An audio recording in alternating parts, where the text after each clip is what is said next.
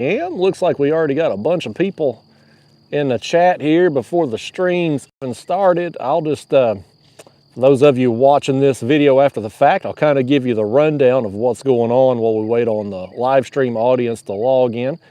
I am currently in a backwater creek hiding from the wind. The wind is cranking out here today. And so I'm kind of pulled myself up here in a little pocket in this creek to try to hide from it. I got the power poles here and hope to just kind of position myself kind of in the middle of this creek and fan cast my baits out. As you can see here, it's a pretty wide area, so I was kind of in the middle and was going to fan cast around, but unfortunately, power pole sucks. I don't, I spent a fortune on these things last year. I hate them. Yeah, so when the wind's blowing, and I say it's blowing, it's not blowing at all right now as I speak, but when it gusts, it's gusting hard. And so if I'm out there in the channel, even though I've got these things positioned behind me, kind of off to each side, I'm still getting a weather veining effect. So anyway, long story short, or long story long since I rambled on about it, I've pulled up over here kind of in this little shallow area. Our water level's still down a couple feet from normal pool. So I pulled the back end of the kayak up here.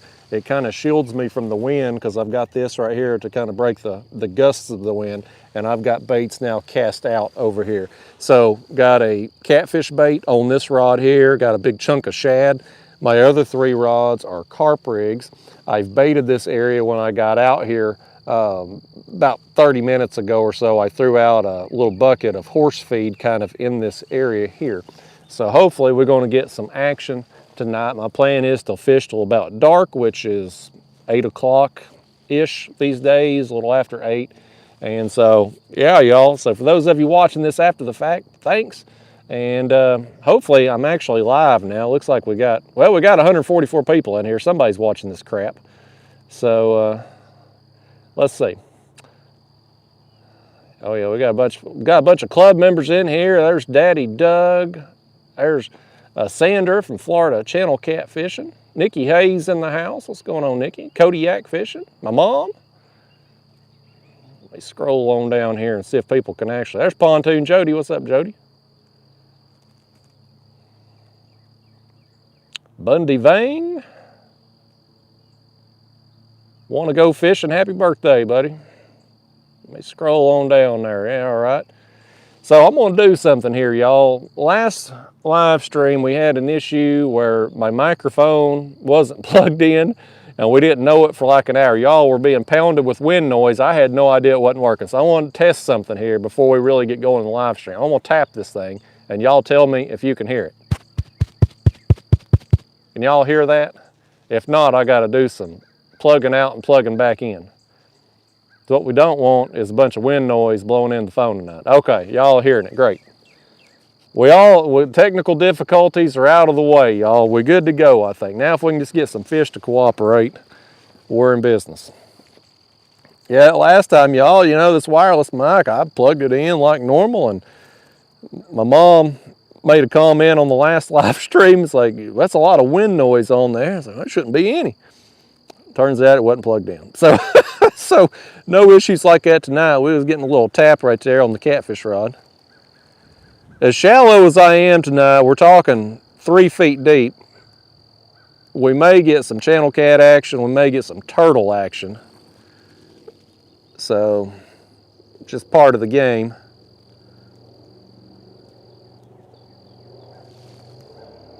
I think something's still chewing on that. What do y'all think? Let me tighten up on that thing. Hold on, let me put y'all back in the chest here.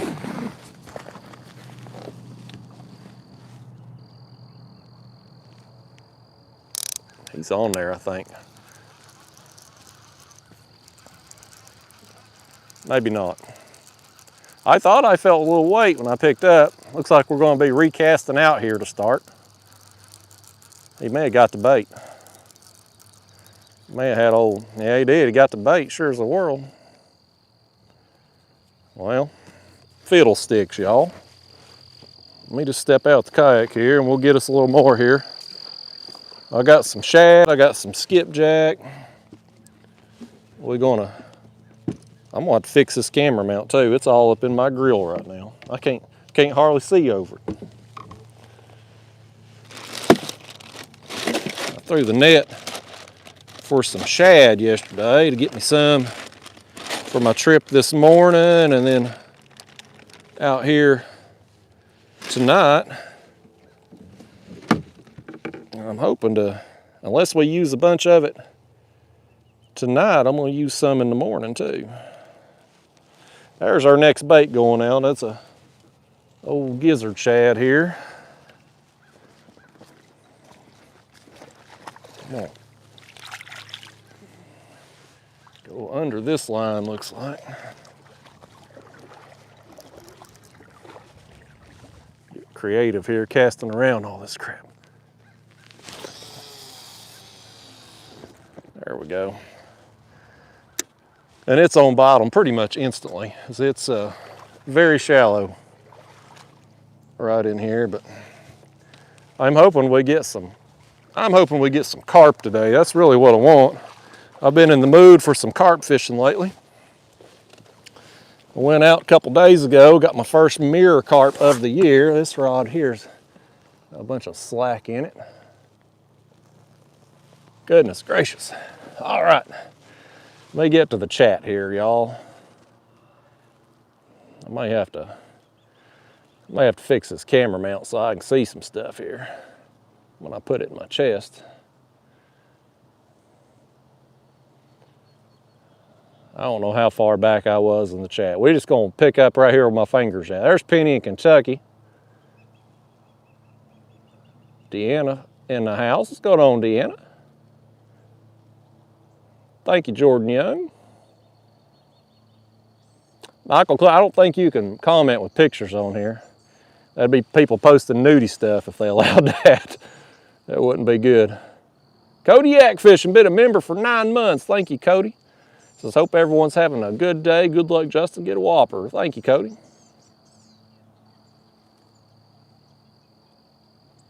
Noah says, good to see you doing a live stream this afternoon. I'm glad you tuned in, buddy.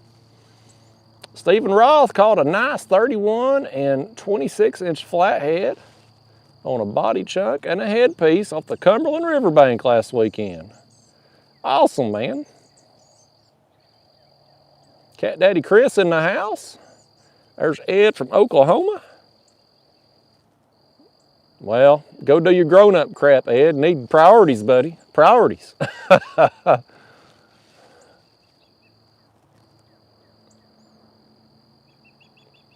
Jody, hell, your guess is as good as mine. I ain't been doing good lately.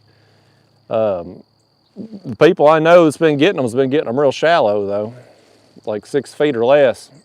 So that'd probably be the place to go. I don't know if we'll get one out here where I'm at tonight, but I went and fished this morning. I fished a creek mouth for about an hour or so. I didn't do any good. I moved up to a point that was about 30 feet deep, didn't do any good. So then I drifted a section of ledge about 50 feet deep. Didn't do any good, so I come back and hit another creek mouth that was much shallower, like 15 feet, and I didn't do any good there either. So it's one of them days this morning. So I'm probably the wrong person to be asking where the catfish are at right now, Jody.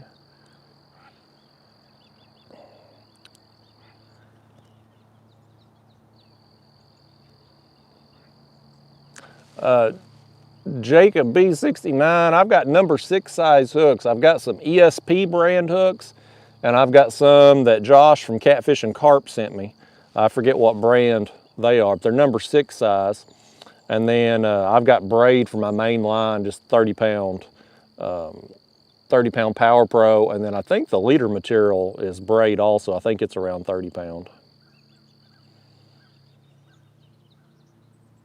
Thank you, JG Hill Studio. Joe Cool hit me with a 10 spot. Thank you, Joe Cool. Club member. Didn't leave a comment with it, but I appreciate the super chat, buddy. That's awesome, man. Thanks for being number 1 tonight. There's Pro Mines in the house. Said I had a coworker, I named him Penny. Okay. Old man says, don't look windy there, very windy. It's windy. I'm just shielded from it, man. It's I was kind of out in the middle of that creek when I first come out here because that's where I wanted to set up. I used my power poles, but these damn things ain't worth a crap in the wind. I'm weather vaning. I'm moving all back and forth. They hold me steady when I am in calm water. But if I get hit with boat wake, I'm out on the main channel with them, or if the wind's cranking, they're useless. So thankfully, the water's still down enough I could pull up over here where I'm at and keep the kayak steady, keep it still.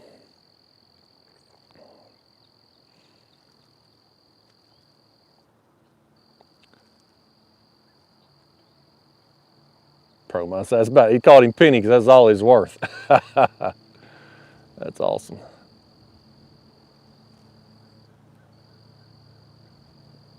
Hey, good deal, Chris. I hope you get that kayak on the water soon, man. Hope you tear them up in that thing. There's Larry R. What's going on, Larry?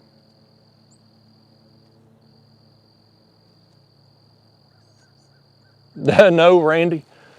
I ain't had no neighbor issues the last week or so. Not yet. I still ain't give them the boot yet either, though. I ain't went down there and filled out that paper.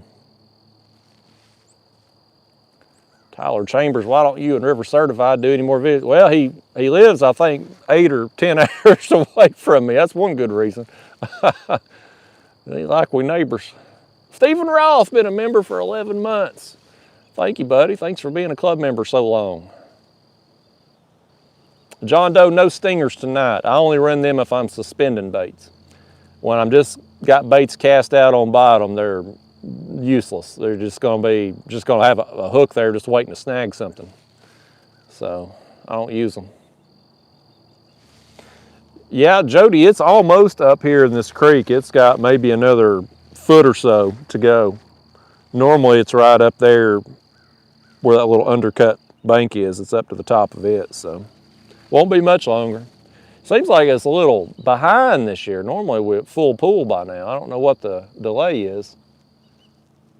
Be nice to have a consistent level again.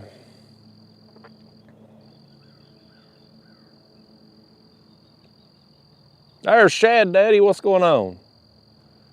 You finally got your name fixed on there, Shad Daddy. Unless you're not the real Shad Daddy. The real Shad Daddy lives here in East Tennessee, Ronnie Oakley. But you may have got it fixed on there, I don't know. Larry Dursted, you might be able to tell me why you can only use one rod at a time in West Tennessee. I don't know nothing about that.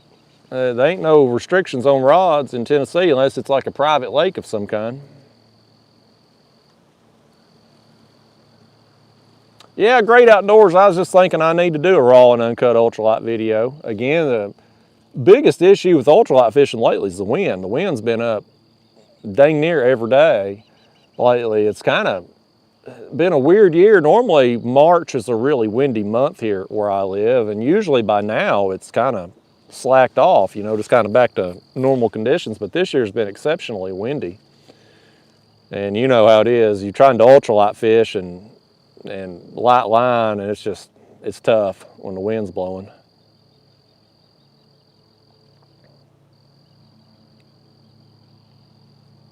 Mom says Daphne keeps trying to find me. Give her something to do, by gosh. Dominic Hollis been a member for 17 months. He says, howdy, howdy. Thank you, Dominic. Thanks for supporting the channel so long, man. I appreciate you.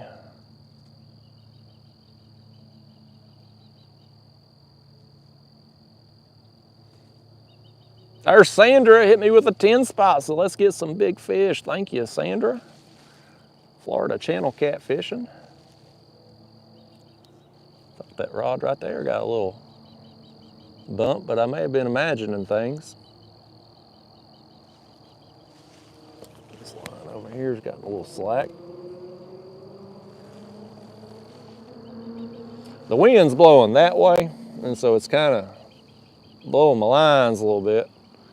We'll have to periodically kind of tighten things up as the gusts hit them and blow bows in them and stuff. We'll rebait here in 30 minutes or so. I just cast everything out right before I went live. So I did, when When I first got out here, I threw some horse feed out kind of in that area there, kind of chummed the water a little bit. But I just got everything, my lines and everything cast out right before I went live. I probably spooked some fish first thing, just out there trying to get my power pole set and whatnot. I tried a couple different angles to see if the wind was going to affect me, and it didn't matter which way I turned, I was weather vaning, so I probably spooked some fish during that. So it may take a little while to get them going, but hopefully here within an hour we'll get some fish working through here. There's definitely some carp in the creeks. I went out, I didn't fish this creek the other day. I fished another one, but I got several carp, got my first mirror carp of the year, which is pretty cool. So carp are definitely in the shallows right now, getting a lot more active. I think if the water gets up to normal pool everywhere, that they'll be spawning here before long. So that'll be a fun time.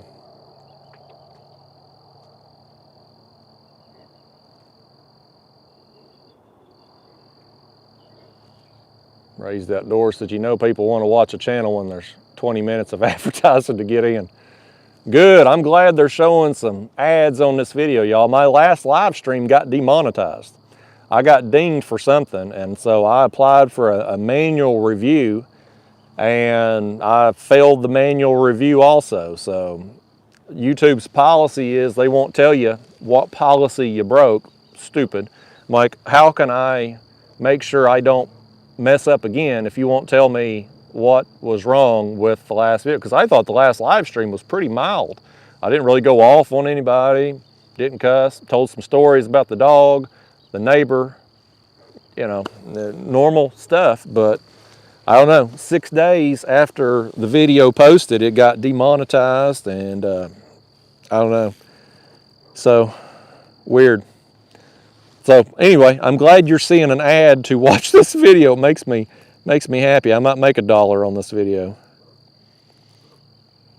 I was telling my mom the other day, I'm like, if they're gonna start demonetizing the live streams, my ass ain't gonna be going live. That's for sure.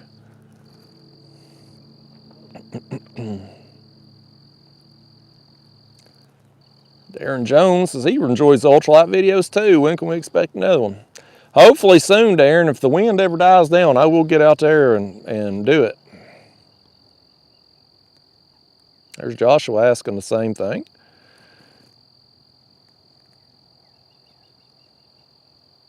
Let me scroll on down here a little bit.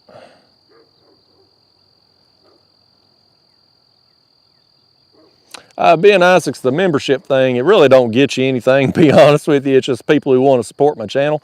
You get a little emoji next to your name on the chat, so when I'm scrolling through, and we got a lot of people in the chat box, I look for the super chats, and I look for club members, and then I kind of go through everybody else there, so it kind of helps it stand out on the chat. In addition, next week, unless something else changes, I'm going to be able to schedule videos so that members can see them before anybody else. It was supposed to happen last month, and it got pushed back. I got an email the other day that I think it's Monday, this coming Monday. Any videos I upload after Monday, I'm going to apparently be able to use that feature. So I'm going to try that out, but I think it's only going to last like 6 weeks. It's like one of their beta testing things. So hopefully that'll be a feature at some point going forward. But really, YouTube doesn't give me any of your personal information like name, address, so I really can't do anything for you. I can't send you anything. I can't do much. I've got too many members to be doing like individual shout outs on every video. I'd spend 10 minutes reading off all the names, so you know, it would kind of take away from the video and stuff. But I do appreciate all my members that have, especially those of you that have stuck with me from the start. Some of you have been here from the very beginning. It is much appreciated. There's Vivi Saldana, 1999. Thank you, Vivi. He says, hey there, buddy. Good to see you again. Hammer down. That's my buddy Vivi from West Texas. Truck driver, always coming through Tennessee. Wherever you're at, Vivi, I hope you're safe. Thank you for tuning in. Thank you for the super chat, man.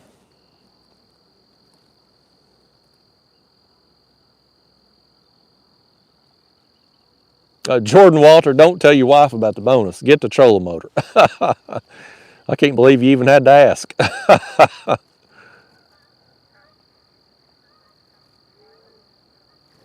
Kayak Fishing's got a good question. He says, how do you highlight a name when you want them to notice here in the chat? That's a good question. Honestly, Cody, I don't know. I've seen that in other people. Like if I get on somebody else's live streams, like sometimes they'll highlight my name and say hi to me. I don't know how the hell to do it.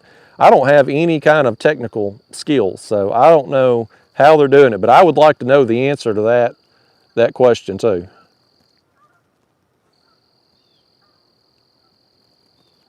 Willis Cop, he says, have you noticed if when they release more water, do fish get on the move, or they have a different pattern from when the levels are low? Well, current, when they're releasing water at the dam, the current always helps to kind of disperse the scent and stuff. But no, I mean, as far as the water level changing, we got some geese over here now. These dang geese. I hope they're good. They're getting the heck out of here. I'm sick of them already. But no, the water level, I don't really mind if it's up or down. What I don't like is fluctuation when they're, and it's not too bad this time of year because they're about to be full pool and we'll be fine till fall. But when they're going up and down with it in the winter, that really throws off the bite. Makes it hard to pattern anything.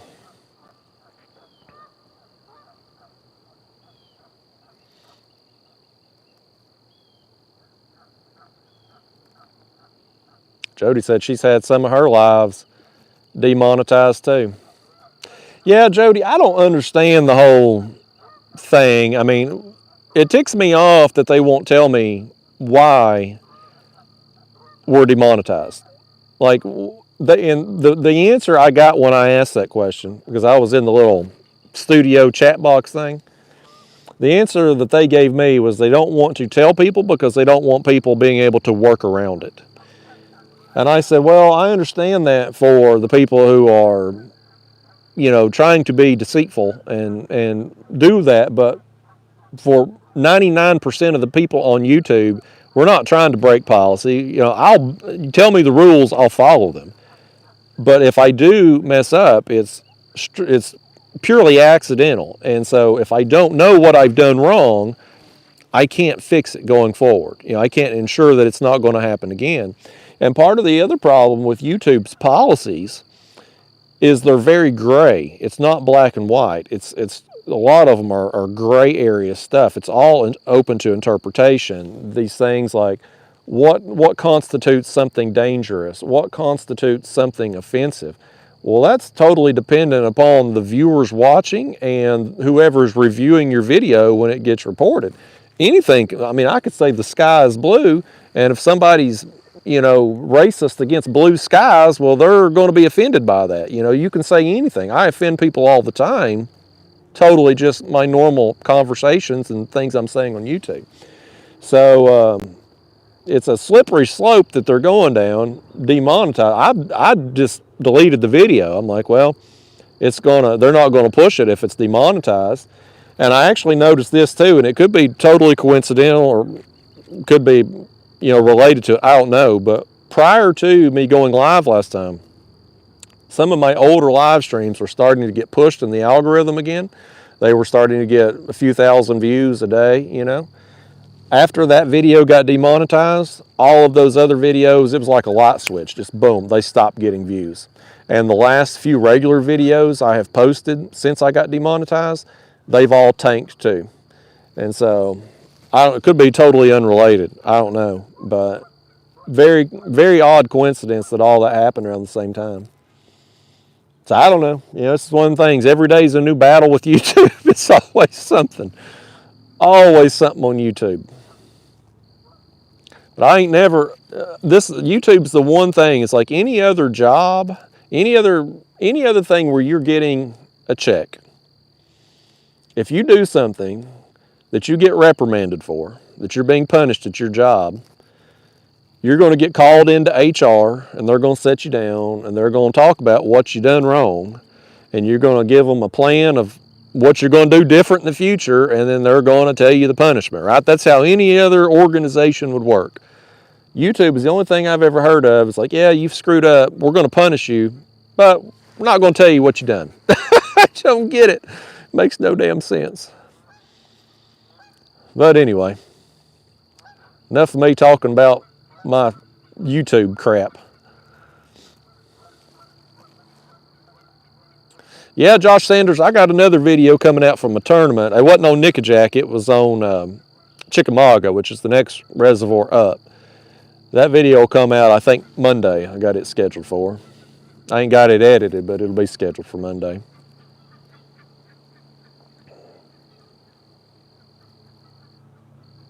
Randy Shaw hit me with $10. Thank you, Randy. He didn't leave a comment with it. But I appreciate the support anyway, Randy. You're a good man. I don't care what they say. Larry Durst says, I hope you win the tournament at Hoover. I hope so too, man. It'd be nice. I screwed up this weekend. I cost myself a lot of money. I had a fish get disqualified that would have put me in second place. So it was a very expensive mistake. I was fishing off the bank, which we're allowed to do, but you got to have your kayak in the picture. And the first fish I submitted, it was like 35¼ inches. I didn't have the kayak in the picture. Thankfully, the tournament director called me like 20 minutes later and said, hey, I got to disqualify your fish.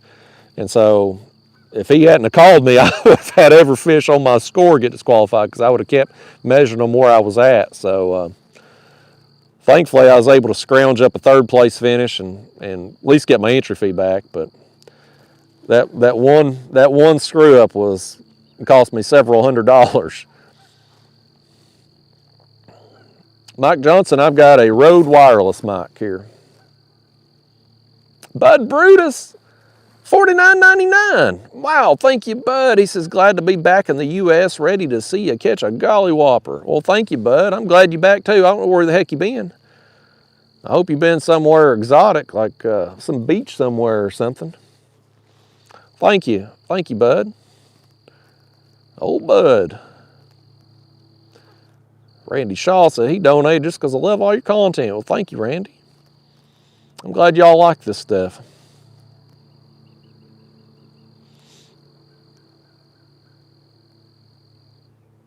No, Joe Ziegler, they don't take the super chats when you get demonetized. So I still got those. Well, they take 30%, off the top. That's because they're my pimp. But you just lose your ad revenue. And technically I got like 6 days of ad revenue before I got demonetized. That was what was weird about it. It's like it had to be somebody reporting me that got me flagged, because otherwise the algorithm would have caught it within that time period. It was weird that it took 6 days to get demonetized. So, but no, they don't take the super chats.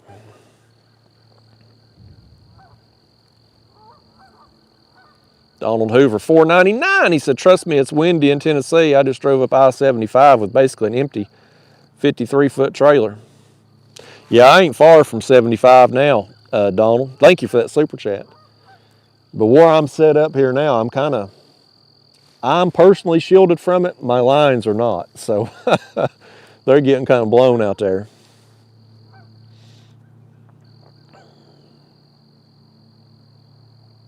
Oh, Danimal said use the @ symbol before their name. That'll highlight it, I bet. That's a helpful tip there, Danimal. Thank you. That's very helpful. I've wondered that for a long time, how people can highlight names and stuff.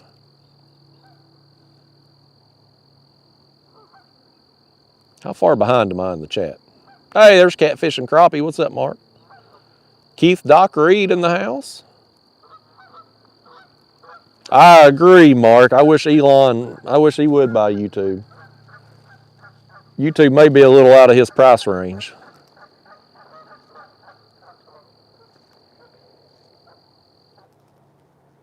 There's Donald Hoover with another $4.99. He said, I still remember you losing your moon pie after one bite, so this is for more moon pies.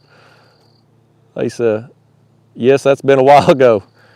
Yeah, it has, Donald. I haven't had a moon pie on video in a long time. I was getting some complaints for a while. People didn't like me eating on videos. And so, people always complain about something, so I kind of got a little complex about it. I stopped eating snacks on the videos. But I appreciate the super chat, man. I'll definitely pick me up some more moon pies next time I'm at the store. The animal said if I include him, my views will, it couldn't hurt. It couldn't hurt one bit, the animal.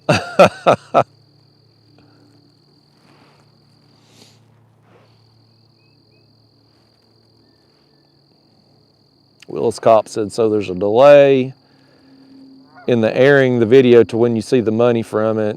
It would seem like advertisement in your channel should be paid in short. Yeah, it's usually about a day behind of when they post, you know, your ad revenue and stuff from the video, which live streams for me, the playbacks, you don't typically get a normal ad rate like you do on a regular video. They're not very, it's not very worthwhile on playbacks, but some of my live streams have gotten 100,000 views on the playback. So even though the ad rates aren't very good, that adds up when you're getting those kind of numbers. So disappointing.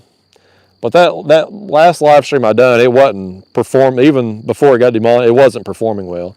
We didn't have a lot of people in the chat. Like right now, we only got 233 people. So I can tell you already, the playbacks of this live stream, unless we really get a lot of people in here, it's going to bomb too. The live streams that have done good for me after the fact have been the ones where we've had 400, 500, 600 plus people in the chat box nonstop. It seems like the more engagement you're getting in a live stream, the more likely YouTube is to push it after the fact.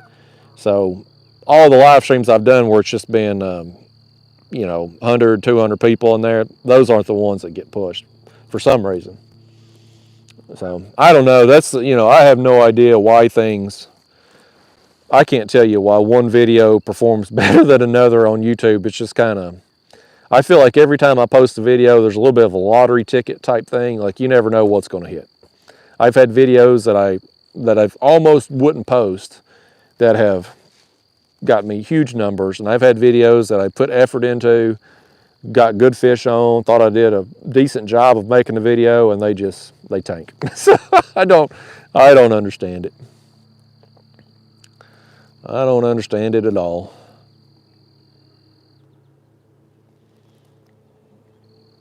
I don't understand why I always lose my spot every time I take my finger off the screen too. I gotta scroll back up now.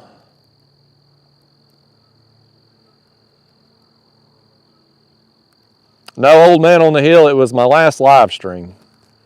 That was the one that got flagged. I'm gonna be doing more videos with bikes though. That's guaranteed money right there. Them bike companies keep sending me these electric bikes, which I turn around and sell after the video for $700, $800, $900.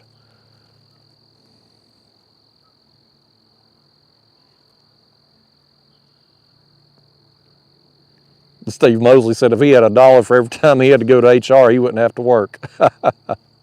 That's funny. Well, something's busting over there beside me.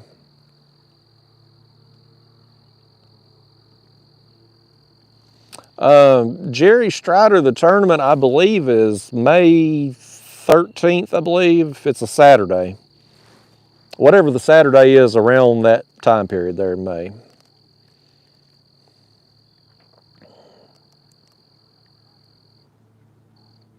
Both Scott Stevenson doing after catfish and carp. I got 1 catfish rod out and 3 carp rods. I'm gonna rebait these carp rods here shortly too.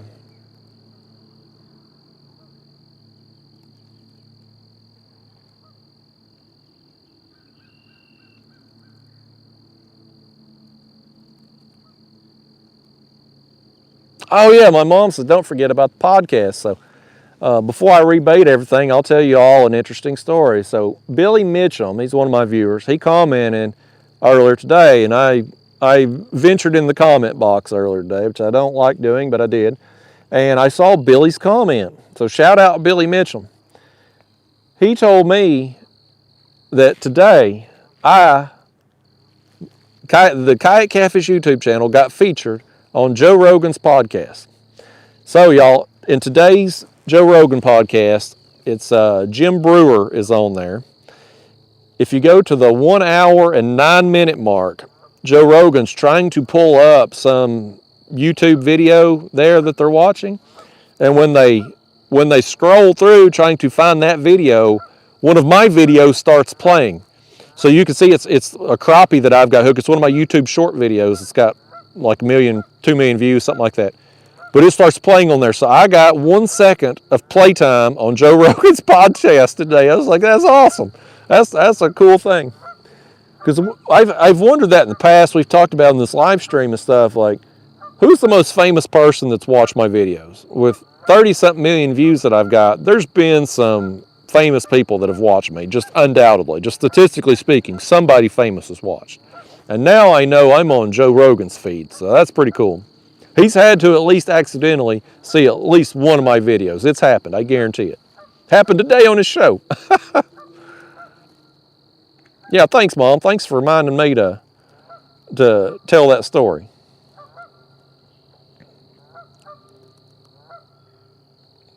Now I done lost my spot again, too. Dadgummit. There it is. Okay.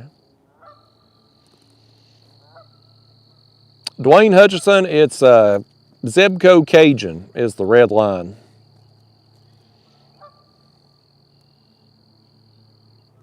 Oh, if I got a choice, key lime pie for sure.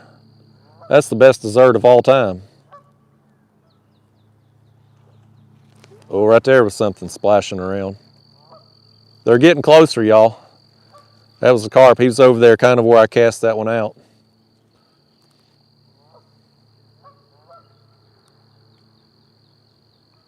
There's Keith Dockery talking to Catfish Sumos. Daniel in the house. That rod right there was getting a little tap too. Now I got slack in it. Oh, right there, I saw him. I saw him come out the water. Here we go, y'all, we hooked up. We're gonna dedicate this first one to Bud Brutus because he hit me with $49.99. That was a nice fish. I saw him come up out of the water when I picked up. This is a nice one, y'all. We're starting out with a bang here. He's still going, man. I'm gonna tighten up just a little bit. I wonder if that wasn't a buffalo. It looked like he was lighter in color, but could just be the way the sun was hitting him. I just got a quick glimpse of him before he took off. He's still going though, by gosh. That's awesome. I don't know how far into the stream we are. I was just getting ready to rebait. If you're just tuning in, I'm in a creek tonight, backwater creek. My baits are cast out, probably 3 foot of water. I've got one catfish rod out with some shad on it. And then I got 3 carp rigs with pack bait and fake corn. I've got one rig that's got neon green corn, one with pink, and one with yellow. I don't remember which is which, honestly. I'm hoping this fella here don't get... So far, he's done good where he's run. He ain't got no of the line yet. I'm hoping that he don't. I'm gonna tighten up on that.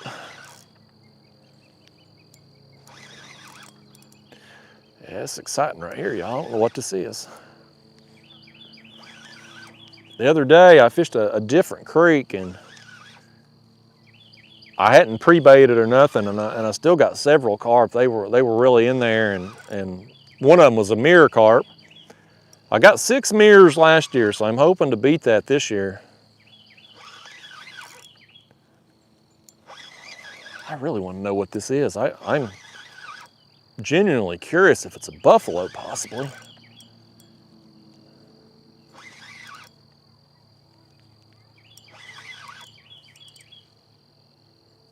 Oh, that one's going down. We're doubled. We're doubled. No, that's a common right there. That's a common. He's a big one, though. All right, let's set him back a minute. Now let's pick up on this one.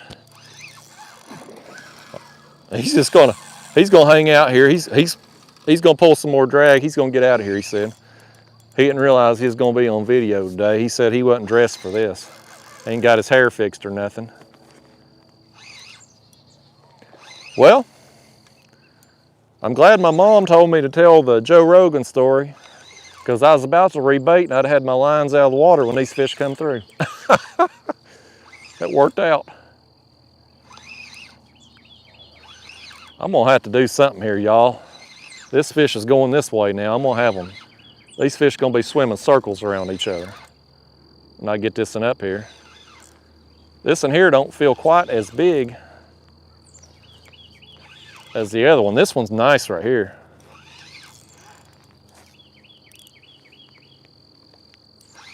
I wonder if this in my hand here ain't a channel cat, possibly. Gosh, he's getting over there with that other one. Let me see if I can do this right here. I'm gonna try to land this one quick, the smaller one, before that other one swims back over here and they get wrapped up. Come here, Carp. I guess I can just get out of the kayak. I don't know why I'm standing in the kayak here to land this thing. I can step right out. Let me get my net. Well, that's exciting, y'all. Doubled up right here. Oh, come here now. You come here now, doggone you. This one ate the one with the yellow corn. Boy, he ain't done, is he? I heard another carp right over here too. There you go. There you go, Carp. Let's bring him up here on the bank to get the hook out.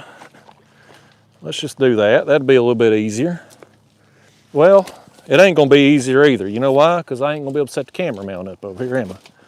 Let's put him in the kayak. I'm unorganized, y'all. Professional at work here. Let's set y'all back up here. That first one is dedicated to Bud Brutus. I'm gonna get this one unhooked and we're gonna dedicate it to somebody.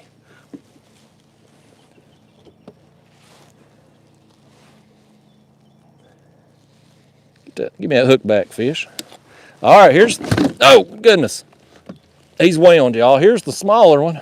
Let's dedicate that one to Sandra, Florida Channel Catfish, and she hit me with a 10 spot there earlier.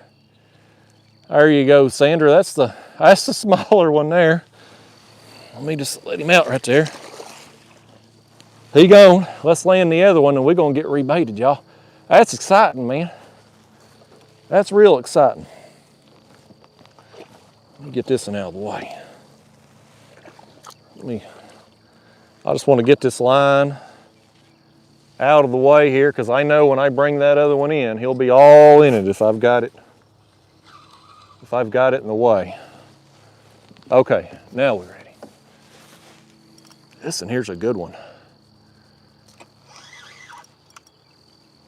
Here I am trying, I'll put that camera up there now. I can't see around the dang thing. Technology. One of these days we'll have cameras where y'all can see through my eyeballs. You can see what I'm seeing. That'd make it so much easier. This thing's still wound up, man. Come over here, Carp. You done now. You done.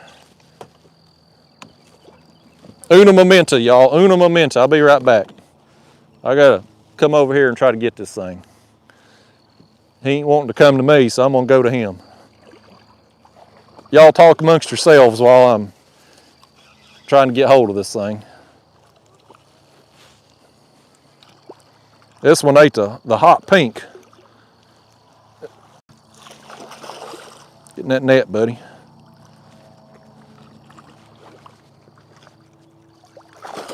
There you go. That's a good one, man. This right here is a fat fish right here. Oh man, that one's fat, y'all. This one, I mean, this one's solid. Wow. Okay. Well, there's my line. There's what he ate right there. Oh, he broke the hook. Dadgummit. Crap, man. Well, fiddlesticks. Oh, come up here, Carp. Holy cow, Bud, look at your fish, man. Look how fat that thing is. Let me turn him like that. Holy cow. Nice. Nice fish. Man. Okay, let's let him go. We gotta get some baits back out. There you go, buddy. This other carp, look at this right here. There was another one right over there too. They're over there eating that horse feed I threw out. Well, he's gone now. I was gonna turn the camera back on him. All right, let me set that there. Let me get the net out the way. We're gonna recast, y'all. We got them working in here now. 2 fish back to back. Another one was just busting over there. Let's ditch this rod since it's got the broken hook. I got another one with me that's already. That's frustrating. Yeah, that's real frustrating. All right.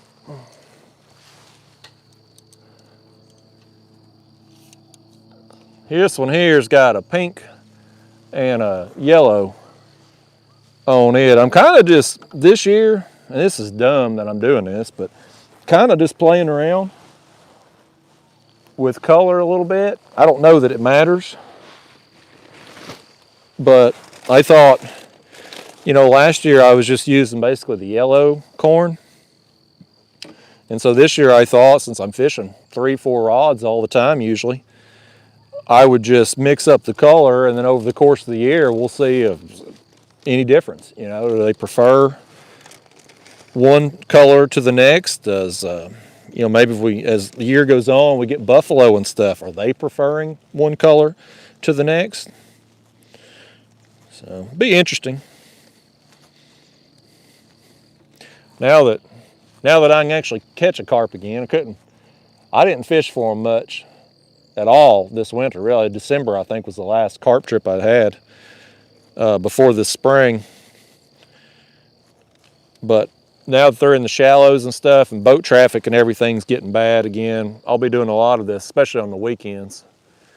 So there's the rig, y'all. That's some pack bait on a method feeder down to a short hair rig, number 6 hook, and then the corn on a hair rig there. So I'm gonna step out here and cast this out over here where I saw that other one breaking.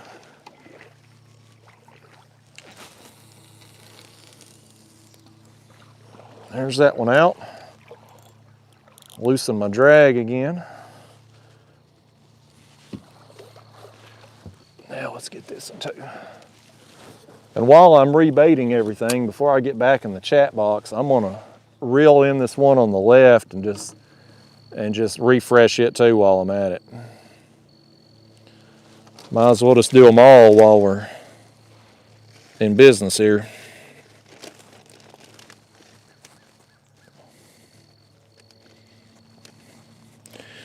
This pack bait, it's a mixture of panko, sweet corn, cream style corn, and jello. I used it last year. I got that off the Catfish and Carp YouTube channel, and it just works. So I don't really see a need to try all these other types of baits, because every time I go out I get bit with this combo. I don't feel like changing baits or pack bait recipes anyway is going to necessarily get me any more fish when I'm pretty happy with the results I'm getting from it. All right.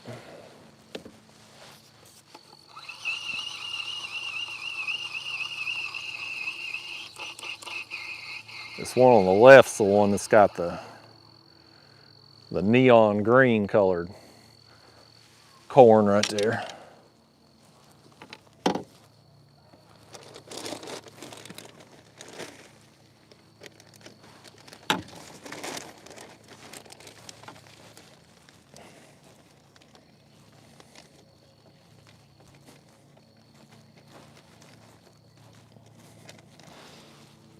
Okay. Here we go. There's that one. Get that all. All right, there we go.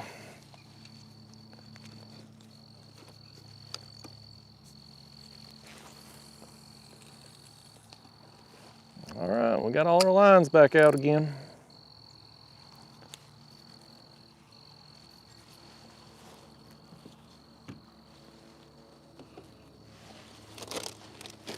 I ain't gonna reel in that catfish bait there because we just checked it when I'd got that other hit there earlier and I'd rebaited it and it ain't been messed with since, so I think we're good on it.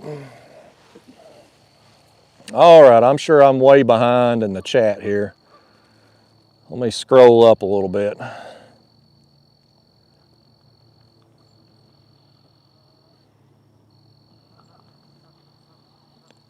Oh man, okay.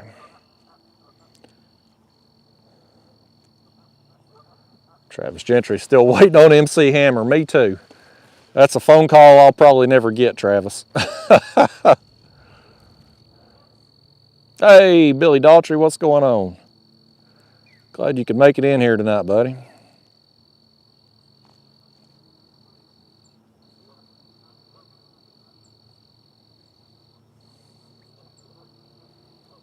Well, thank you, Sandra. I'm glad you watched and glad you're tuning in.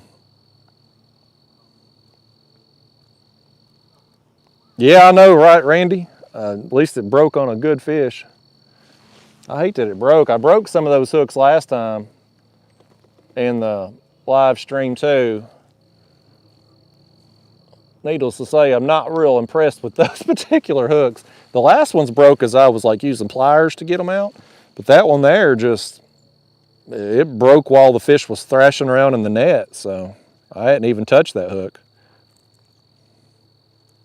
There's Augustin Pedraza. Matt Holacek in the house. What's going on, Matt? He says, my favorite YouTuber. He's been a member for 18 months. Been here from the start, Matt. Thank you, man. Glad you're tuning in tonight.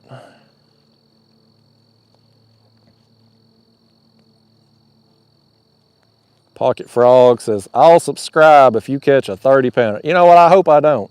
Because if you got to put conditions on you having the courtesy to subscribe, hell with you. I don't even want you subscribing. I got to watch my mouth, y'all. I got to watch my mouth because I'm going to get demonetized again. Oh, Pocket Frog's mama will report me and I'll get canned on YouTube again. Things like that, you know, I'd like to just blast people, but I can't. I'm trying to be on my best behavior tonight. I'm going to be good tonight, y'all. I'm going to be good. I ain't even going to block him. There's Ted. What's going on, Ted?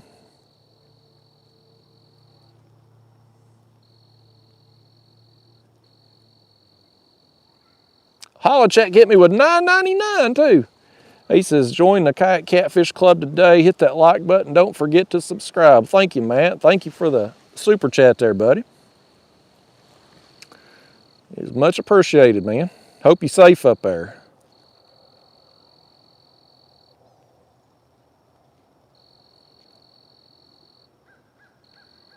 Let me scroll on down. I don't know how far behind I am here in the chat box.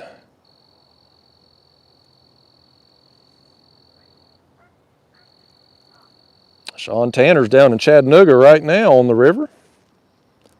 Hope you're tearing them up down there.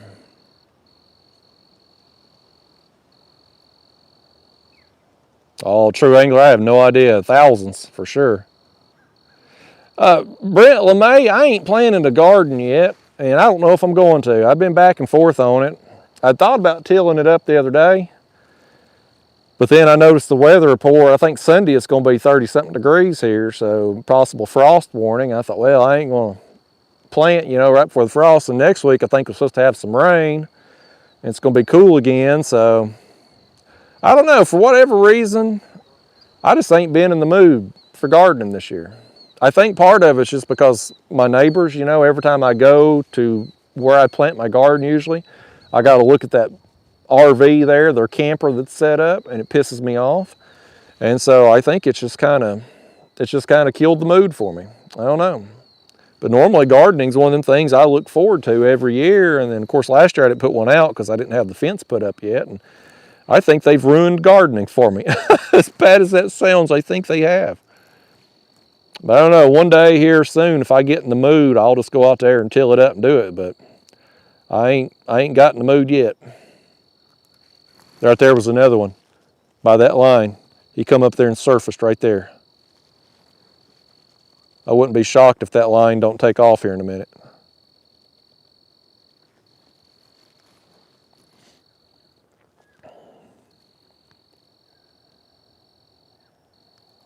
D squared, I think I've got the slow sinking corn, I think's what the package said. I don't know if it even matters, but I think that's what it is. It's Corda slow sinking, I think. Oh, Pocket Frog's message is deleted by Sandra there.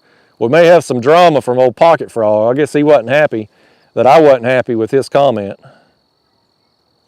Old Pocket Frog, I was going to be nice, but old Pocket Frog may end up getting blocked after all.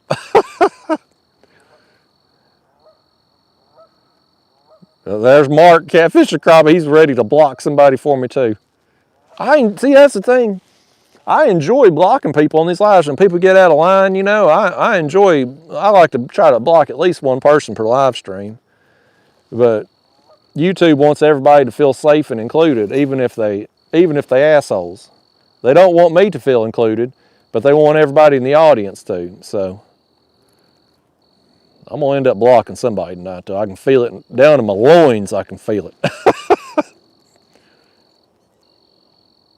Yeah, I agree there, Daddy Doug. There must be a bad batch of them hooks or something. All them ones I used last year, I never broke a single one.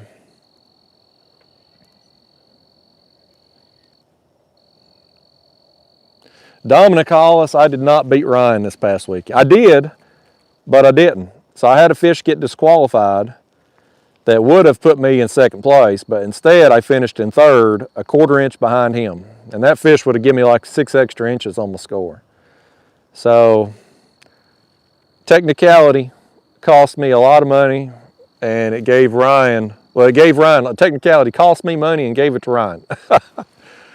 So he's been sowing his oats. He's been letting me hear about it. Joe Al B from Brazil, what's going on, buddy? Glad to have you in here from Brazil.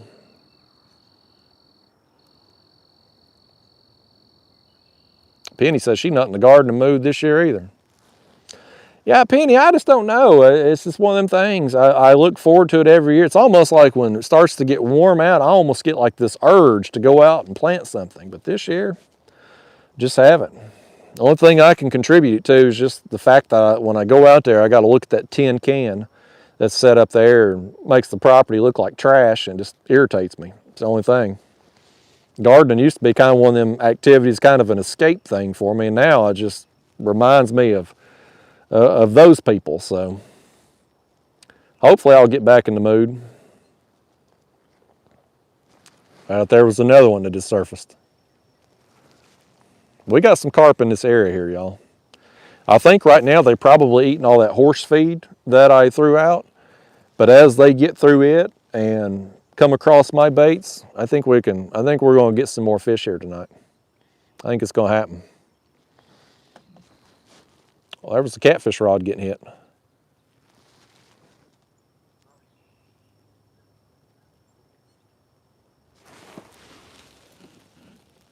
Something hit it.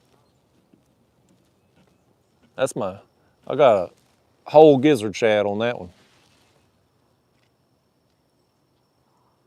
Something tapped it. Probably a turtle taking a bite out of it. It's probably what it was.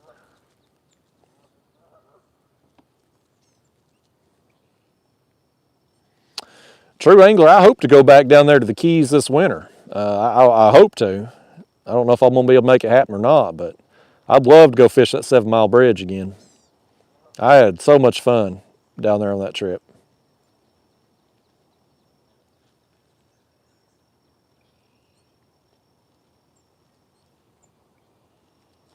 Scrolling down. How far behind am I in the chat? Boy, I'm way behind, y'all. Let me scroll down here a little more. Okay, now I'm down there at the bottom.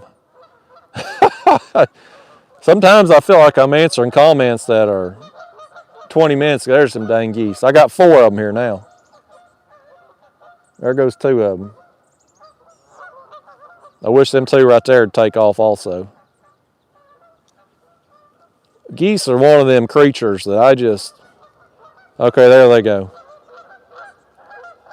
Thanks for stopping by, geese. Appreciate what you do.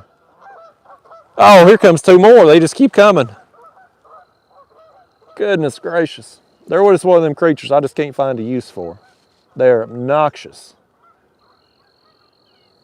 They go over there in them people's yards. Hopefully they're out of distance where we ain't got to listen to them.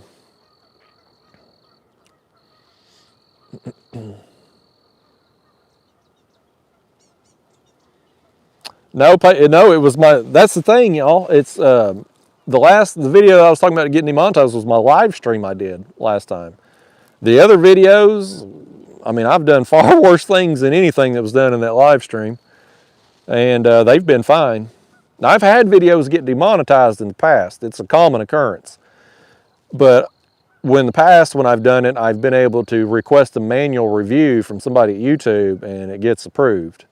But this one, whoever reviewed me didn't like me, apparently. Alberto Gonzalez from South Texas, what's going on?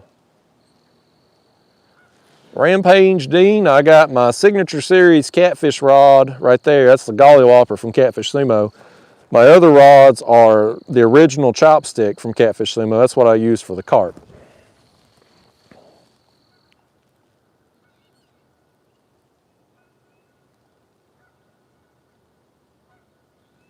Cody Yakfishing calls them cobra chickens. Yeah, true angler, I have no idea. There's no telling what I was hooked into. It was big and strong, whatever it was. But it's just an awesome fishery down there. You know, I mean, there's just so much life around those bridges, and I was blown away by the fact that there just wasn't much traffic. I mean, like down there, I'm not a Florida fisherman, but I've heard of the 7 Mile Bridge. I mean, this is kind of one of those tourist fishing destinations. And we went down there on a weekend and fished around it, and I only saw a handful of boats. I mean, it was amazing. Like, you come out here on a weekend where I fish, and there's 35 bass tournaments going on, hundreds of boats on the water. But down there, like a top tourist destination, it's nobody. You know, we pretty much had the whole dang ocean to ourselves. So it was amazing. I'd love to go back. It's an expensive place to go. Like, it's one of them places, like, just staying down there is ridiculous. I mean, you're looking at $300 a night unless you've got some timeshare deal, which fortunately Elias has that timeshare down there. So I was able to shack up with him, and it was much cheaper than if I just went down there and got like a hotel or something. But I'm hoping to go back again. It was too awesome of a trip not to try to go back and go back for round 2.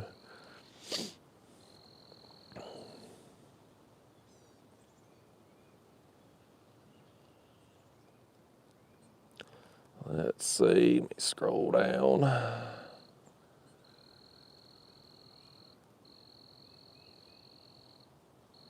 Willis Cop sees on a G-rated commenting. Y'all, YouTube don't care about the comments, man. You can light somebody up. I've had all kinds of stuff said to me. They could care less. But if I say something on the other side of the camera, it's a big deal. They don't give a crap what the viewers say to us. CJ Hunter, I've been to Texas one time, and it was a disaster. I may never go back.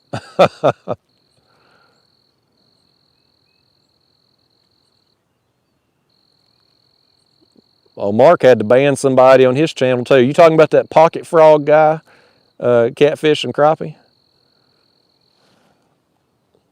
I saw Sandra had deleted some of his comments. I didn't see what he said.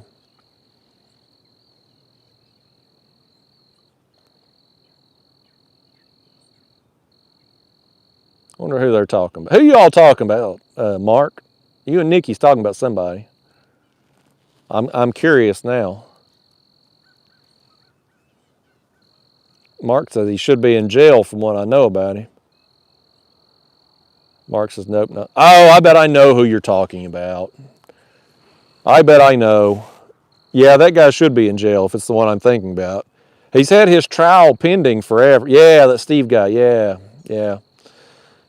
His trial's been pending forever. We need to Google him and see if he's ever, because he got caught with like $1 million worth of stolen goods in his house. He had an elevator built in his house because it was nothing but stolen merchandise from like Lowe's and Home Depot and stuff.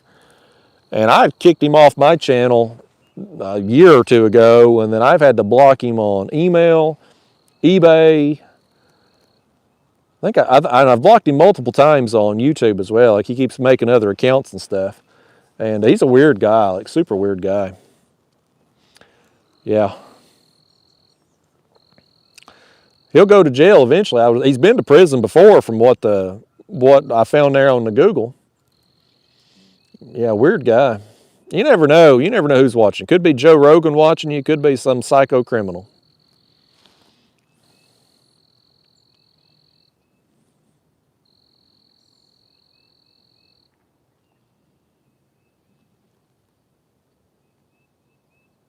Joe Ziegler says, wow, I knew that guy's... Yeah, look him up on there. Googling. There you'll see all the reports and stuff. There was some YouTube videos too from the local news channels that was showing like all the stuff in his house and whatnot. It was a pretty elaborate setup. I guess they just go into the Home Depots and Lowe's and they steal the power tools and they turn around and sell them on Amazon. And so, yeah, it's a pretty interesting racket. But they busted him with like $1 million worth of stuff in his house. And to my knowledge, he still ain't went to the pokey over it. You know, the legal system, innocent until proven guilty 4 years later after you're charged with something. The wheels of justice turn slow.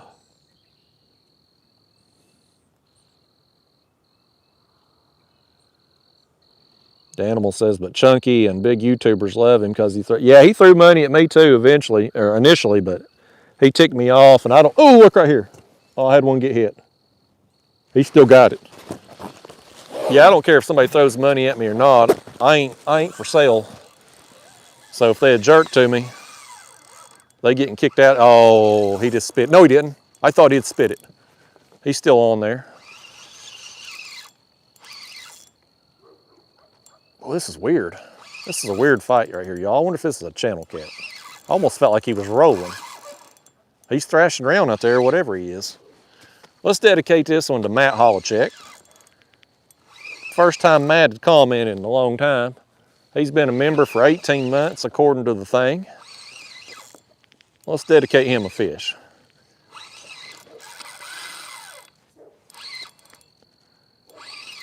Come on over here, fish. He's gonna go over here. Watch him get me wrapped around this brush and stuff hanging off over here. Oh, you danged old fish, turn left. There he goes. But they know, they got like this sixth sense of where to go to get you wrapped in something, don't they? This is number 3. Any of y'all tuned in late here, we got number 3. We had a double probably 10, 15 minutes ago. 2 common carp. This looks like it's another common right here. He felt weird initially. It was almost like he was rolling out there. He must have just been thrashing around or something. There's definitely some active carp in the area. Let's get this one over here. I'm gonna find my net here. I'm gonna step out the kayak again and go get him here.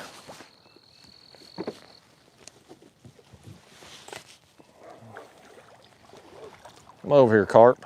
Would you come over here and make yourself famous? No, get in that net now. There you go. There you go. Let's set him right there. Let's set y'all up here in the mount. Now I'm gonna step back in. I really wasn't prepared to be over here on the bank. If I'd known I was gonna be on the bank tonight, I'd have brought a tripod and set it up better. But I had hoped to power pole down right out here, but that was not gonna happen with that wind. Hook come right out on him, but at least the hook didn't break on that one. Get that out the way. Yeah, this is a smaller one here. But we're going to dedicate that one to old Holochek right there, Matt Holochek. He always likes me to shout out the troops, police, and first responders, and fire department, and all that. So there you go, Matt. Shout out to all avians out there serving and protecting. There's your fish, buddy. Get out of here, buddy. There he goes. Nice.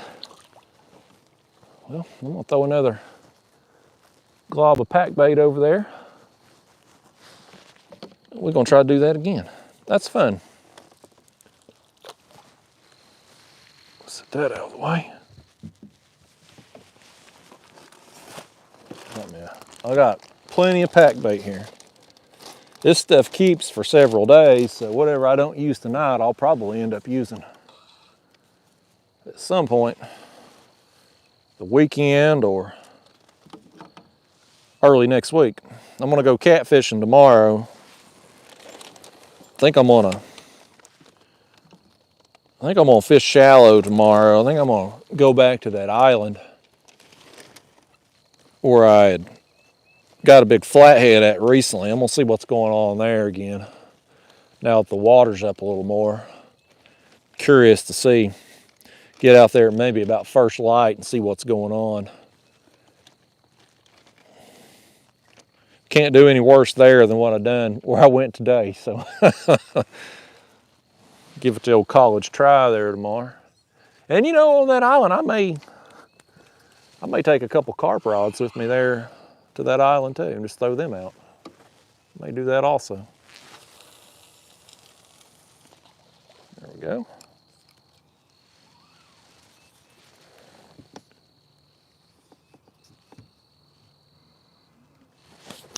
All right, we back in game, y'all. We back in the game.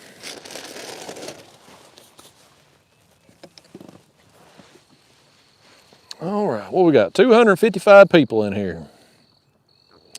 Appreciate everybody tuning in.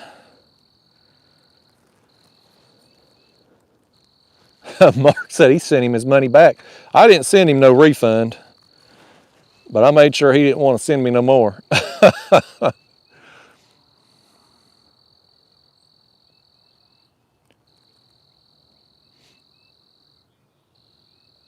That's a good idea, Tyler Chambers, putting the Bluetooth on them. I think my local Home Depot's got most of that stuff locked up now. My mom says, don't forget to support Catfish Sumo. Absolutely. Y'all, any of your catfish needs, Catfish Sumo's got you covered. Rods, reels, sinkers, hooks, floats, dragon weights, all that crap. Anything you need, he's got it. Code word kayak gets you 10% off your order every time.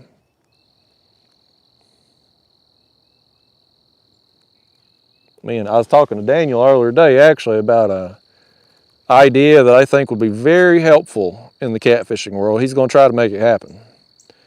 We'll see. It'll probably be, you know, these things take time and all, but it would be the first of its kind. So it'd be pretty cool if it works out.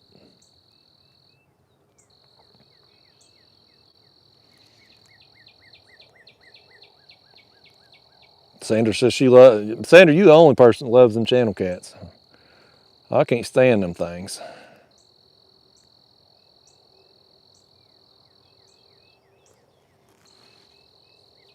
Grace and Love, we've caught 3 now. 3 commons. We'll see you later, Noah. I know, Doug. Here's the thing about that too. You know what? When I deleted that live stream, I hadn't downloaded. I was trying to get it off my channel, you know, because being demonetized, I knew it was going to hurt me being on there, and I deleted it, and so it's gone. So I didn't get any pictures or anything of that buffalo that was all weird colored, missing a gill plate and all that. Pretty disappointing. Can't go back now.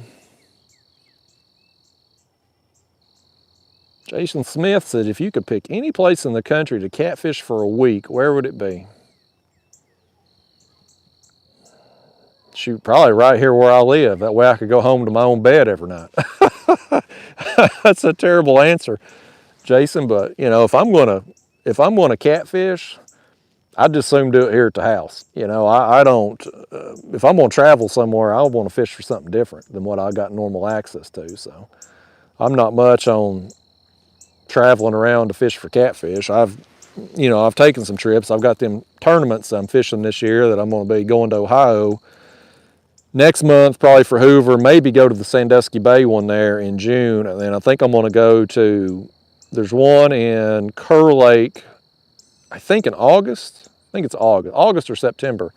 I'm going to go over there to that one just because it's got a big payout. And so I just, you know, if I get lucky over there, that could be a big payday. But I don't really have destinations for catfish, you know. It's just kind of one of them things. If the opportunity comes up for me to go somewhere, I'll go. But me, when I fantasize about fishing trips and stuff, it's about catching sharks or sailfish or, you know, alligator gar, or something exotic that I just don't have access here to in my own waters. So it's a terrible answer to his question, folks. Terrible answer. Well, Dominic, I couldn't stop by the gather. We had the Catfish Sumo meet and greet there for our pre-tournament check-in, and it was at the same time that the gathering scheduled their banquet or whatever. So I couldn't be two places at once. So just wasn't good timing for it to work out for me to go.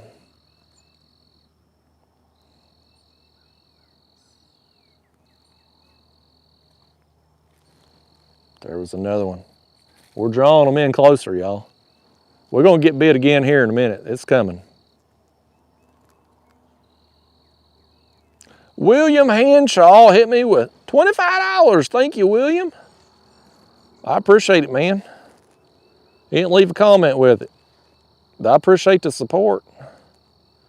Oh, William Hanshaw's a good man.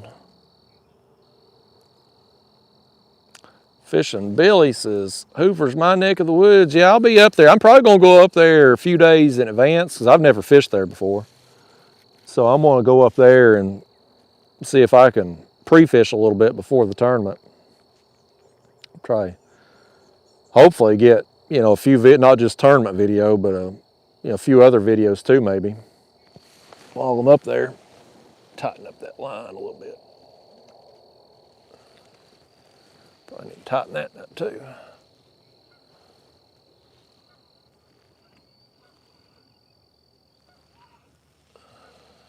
Boy, what is going on with this line right here? Let me put this back in the chest. Have we got a fish on here or something? We've got one on, he's just swam toward me because that line is slack. We've got a fish on right here. Look at my line go now. He has swam toward me.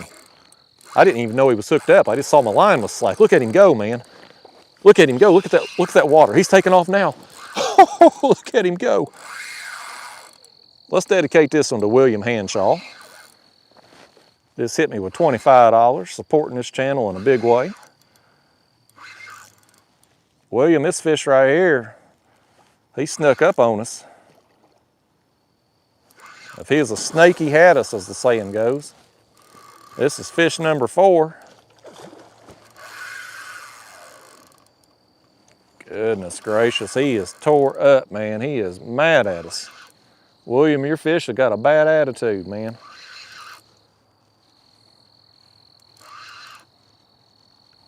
Come on over here, fish. Why don't you show yourself off to the world? He's ate that neon green. Oh, I pulled it out, William. I pulled it plumb out his mouth. We got the quick release on William's fish, everybody. William, I hope the camera at least allowed you to see it there. Doggone it.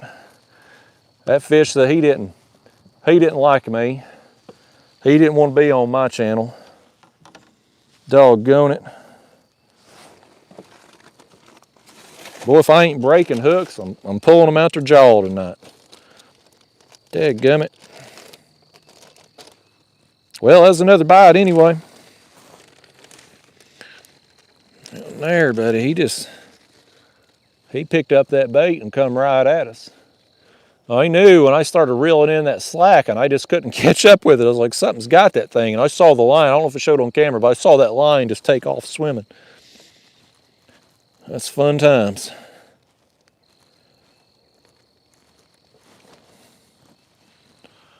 All right, here's just another big wad of pack bait.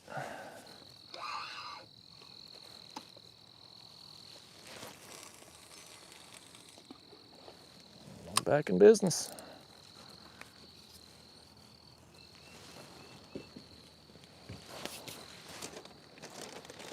Old William Hanshaw. His fish just did not want to be seen on video. His fish didn't want to take a rod down. It didn't want its picture on the video. That fish just wasn't having it. We'll see if the next one's a little bit more cooperative.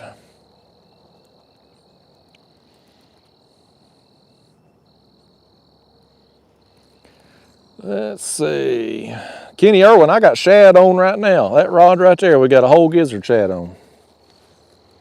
I don't know if we'll have any cats up here this shallow tonight or not, but if we do get them moving in here, we got something out for them.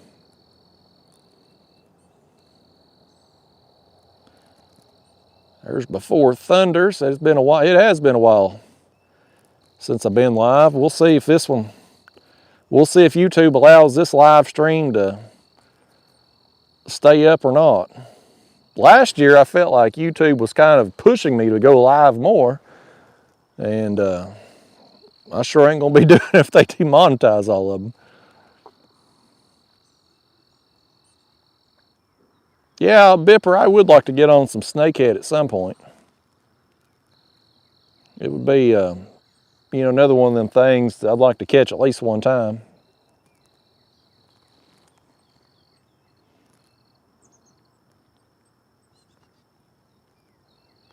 Scroll down.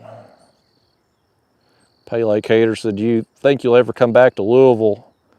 It was not the same this year. I don't know. If scheduling works out, you know, if it's convenient and whatnot, I probably will. It's a long drive. I mean, it's like 4.5 hours each way. So Catfish Sumo didn't get a booth up there this year. So for me to just kind of come up and walk around for an hour and leave, that's a lot of driving to justify that.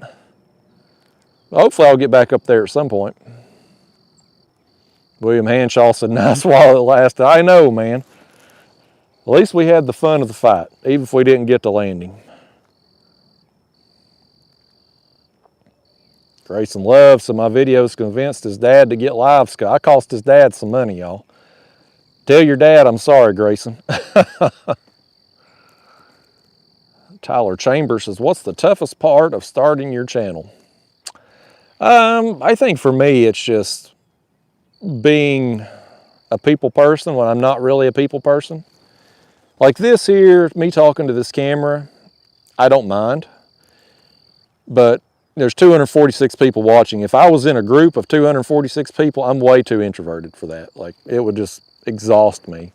I typically, when I go fishing, I like to fish by myself. I don't really like fishing with people. You know, I'll occasionally fish with one of my bass fishing friends, or, you know, if I'm in Chattanooga, I'll fish with Daniel from Catfish Sumo or something. But, you know, I'm kind of just I'm kind of a lone wolf, and YouTube is a social platform. You know, you got to be more social than what I typically am. So that's the hardest part for me. But, you know, as far as just filming videos, I mean, that's not that difficult. I go fishing, so I'm just basically doing an on-the-water vlog, essentially. I just bring you all with me when I go do the fishing that I would be doing anyway. So that part's not too hard. No Kenny Irwin, no Asian carp here yet. Look right here. Look right there. We got that, and by gosh, this one's taking off. He's taking off right here.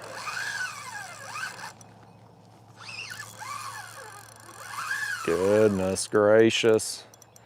He's mad at it, folks.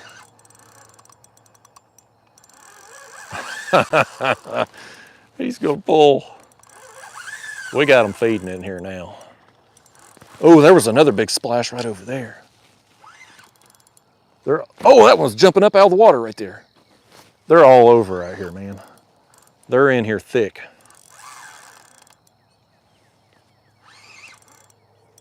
Yeah, I brought some horse feed, just like a 2-gallon bucket's worth, and chummed all that area out there in front of me. I don't want to jinx it, I think the wind looks like it's calmed down out there now. I don't see the trees blowing on the other side. It was bad when I first got out here. And I was having trouble setting up how I wanted to. I wanted to be set up like there facing that way and have everything spread out, but it's worked out here where we're at. This fish has managed to go over my other line, but I don't think he got in it. Yet, anyway. He's headed up here to the bank. He needs to turn back left just a little ways and come toward me. That may be asking a lot.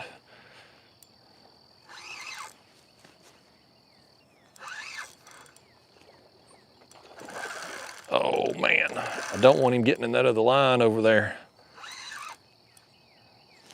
Let me step out here a second. See if we can get him over here. Get him under control. Oh, I think this one right here was getting hit, I think. I think we're about to have a double here, y'all. This one here, my line's moving. Watch that rod tip. It's fixing to go down. Something's got it. Let's get this one over here and get him landed before that other one takes off. I'll tell you what I want to do, actually. We got this one up here. Let's leave him in the water a second. I just want to crank down on this. Yeah, he's on there. He's on there, we're doubled.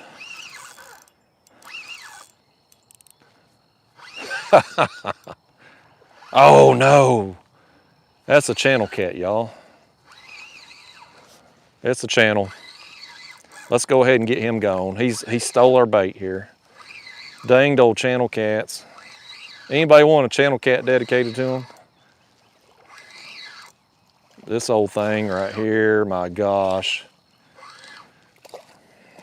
That actually may be a small blue. Yeah, I think that's a blue cat, actually. Well, that's slightly better. He's still small. He needs to leave our bait alone. You got a piece of shad over here. You got a whole shad over here, blue cat. It's on that other rod. Why don't you eat it? Oh, goodness. He's wound. He's trying to poop all over me, too. Look at that, y'all. Well, you probably don't want to look at that. He's about to doo-doo his pants. This fish is so excited. He's going to doo-doo all over himself. Maybe me too. Can't get the hook out of him. There we go. Anybody want that? Anybody want that fish right there dedicated to him? Anybody? Anybody can have that one. He ain't worth dedicating. Who was that right there? Larry R hit me with 25. He said, just because you and I think too much alike. Well, I'll tell you what, Larry. If me and you's thinking the same thing, I think this fish right here I'm about to land needs to be dedicated to you. Larry R's a good guy. Una momenta, y'all. I gotta get this fish in the net. Oh, missed him. There he is. Well, this right here ain't too bad, Larry. This right here ain't too bad at all. Thank you for that super chat, Larry. I'm gonna see if I can get this thing unhooked here. We're gonna hold him up.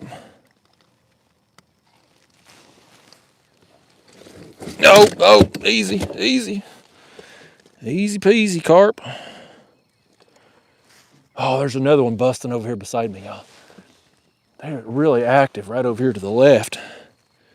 But we've got some out here in front of us too. They're all over this creek. They've really moved in here thick.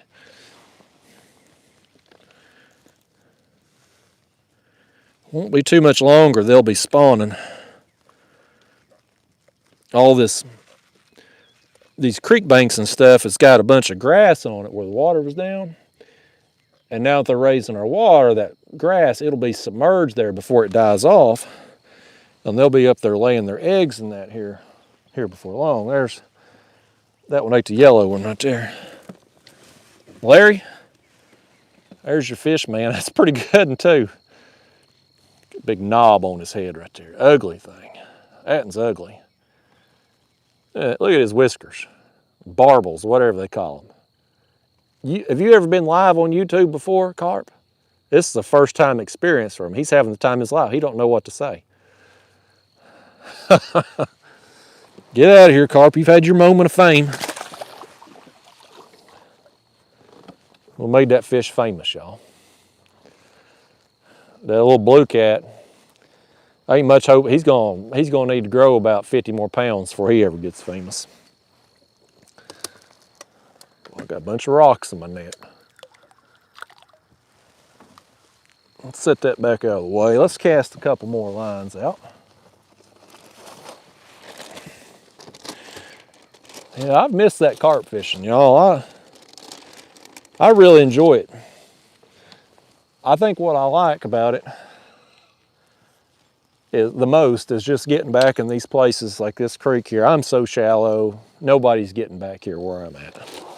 Nobody. I mean, there ain't no houseboat, no wakeboarders. If they wanted to come back here, they couldn't. Get out on the main channel where I do a lot of the catfishing at, it's just pounded with boat wake. Just pounded all the time. Places like this, I feel like I got my own private waterway back here. And the carp that get in these creeks are, they're big, you know? Considering how shallow the creeks are, there's some big fish. Let's send this one out. There's that one. All right, let's do one more here and get it out. This carp, he's sitting over here beside me. He says he ain't leaving. This carp here, he says we're gonna have to call the cops on him if we want him to go. You can sit there all night for all I care, carp. I'll reel in fish around you. We'll show him, by gosh.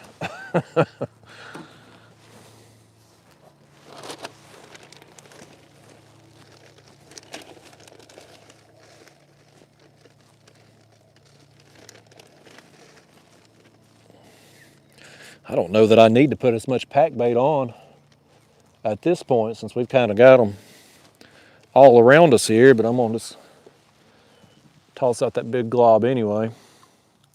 Once I get them feeding, I don't really need to put on as much because they're already coming to that area, but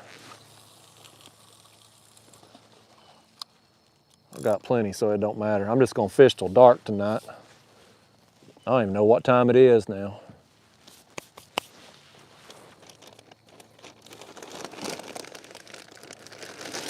There we go. All right, back in business. But there was another one. I wonder if that left rod didn't get hit. May have been my foot hitting the thing there when I got comfortable. Let's see, where was Larry's column? There was Larry's, okay.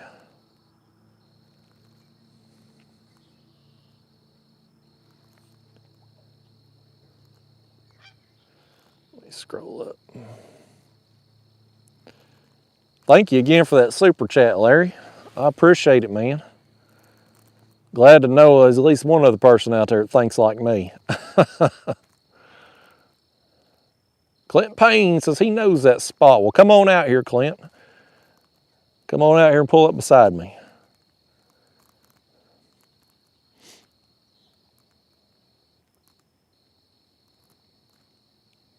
Boy, people want that channel or that small blue. Y'all can have it. I agree, Derek Stein. These carp are hard fighting fish. Very underappreciated. Chance Keen, yeah, I fished Del Hollow. I got some videos on my channel there. Fished a bass tournament out there.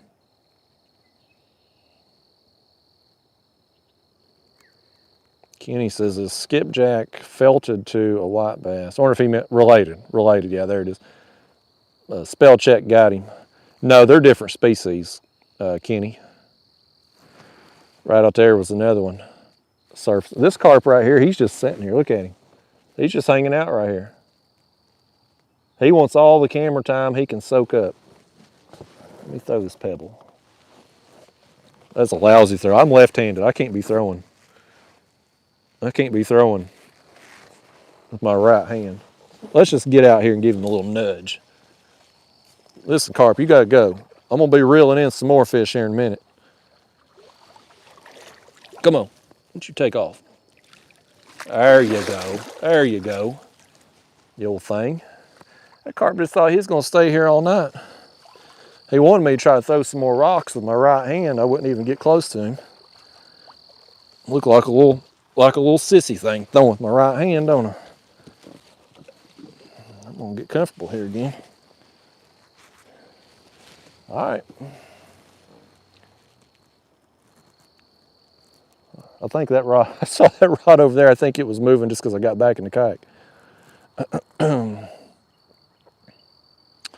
Clint said, work slowing down, about to get back to it. You've been working non-stop for about a year, Clint, you and Steven both. About time to, y'all made enough money now to retire as many hours as y'all pull. About time. Yeah, James, I'm on Watts Bar tonight in the Backwater Creek.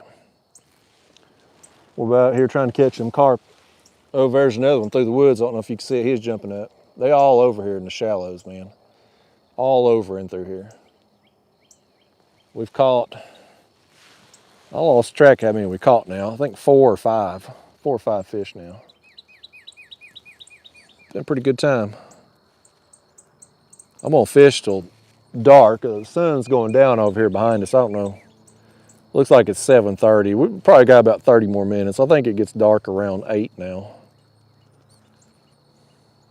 Joe Ziegler said he was starstruck by Kayak Catfish. He wasn't wanting to leave, was he?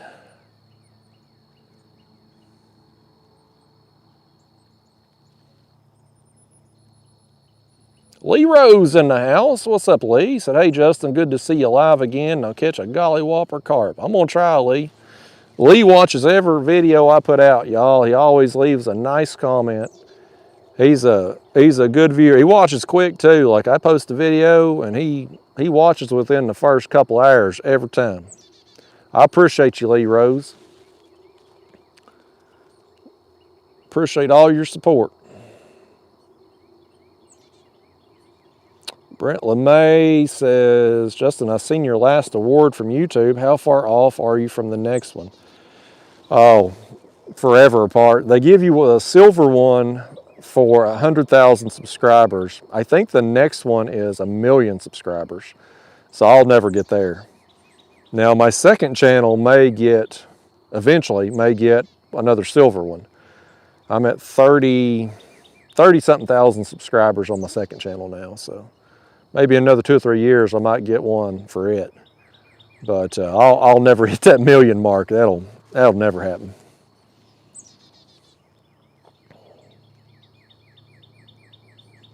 No, Kenny, I don't ever keep nothing. Yeah, Cody, you ought to go live sometime. There's always somebody on here that'll watch every time.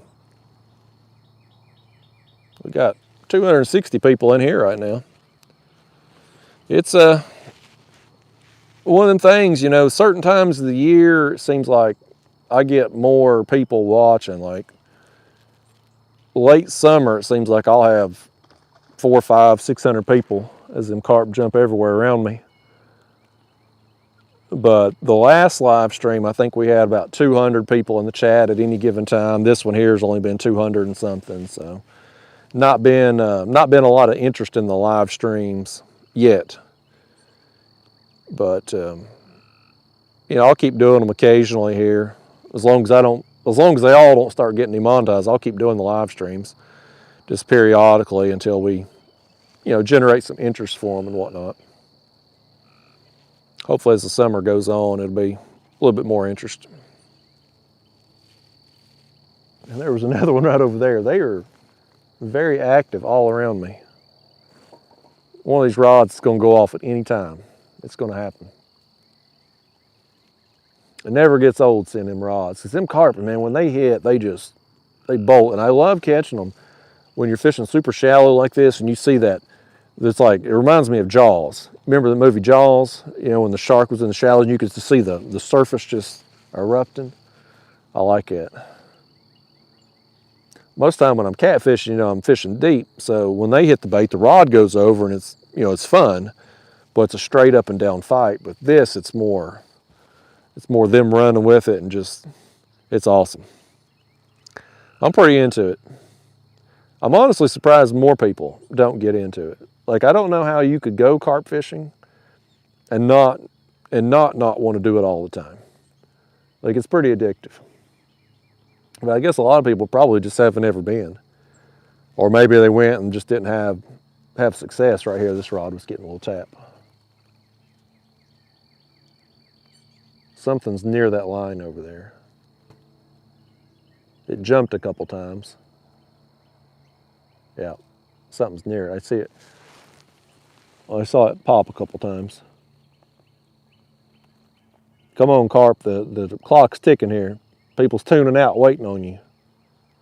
We ain't got but 200 something people watching. We can't afford to lose them now. I guess that Carp said he ain't on my schedule. He's in that area though. All right, well, I guess whenever he gets around to eating it, we'll reel him in.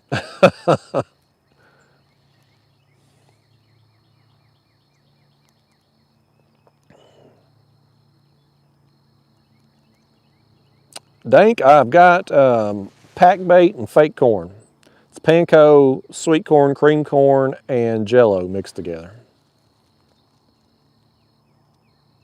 Yeah, Stephen Roth, I am getting a little older. I'll tell you this, Stephen Roth, so I was on my way to the lake the other morning, and Sheryl Crow was on the radio. It was that song, All I Want to Do Is Have Some Fun, and I remember that from when I was a teenager. Well, come to find out, it was on the Classic Rock channel. I've gotten so old now that songs from my teenage years are considered classic rock. So that was kind of a kick to the gut.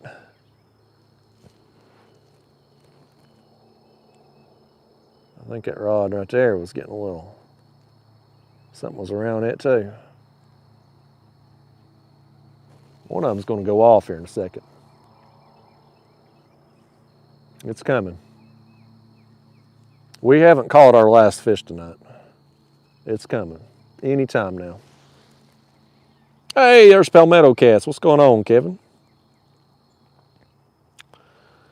Kevin in the house.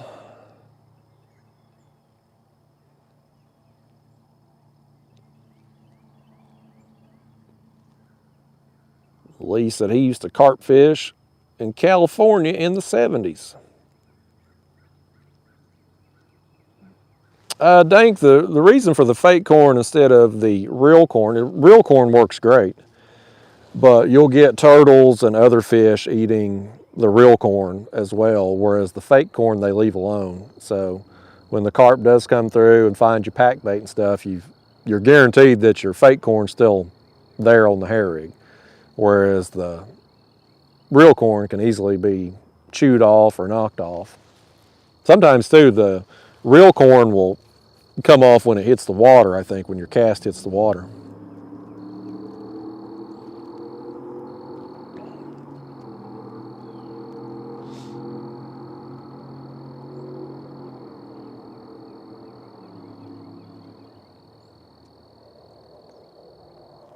Kenny turned 56 yesterday. Happy birthday, Kenny. A day late. D squared, so my wife says it looks peaceful there. You know, it really is peaceful now that the wind died down. It's like a light switch. It just shut off. It's calm now. But yeah, it's a peaceful night now.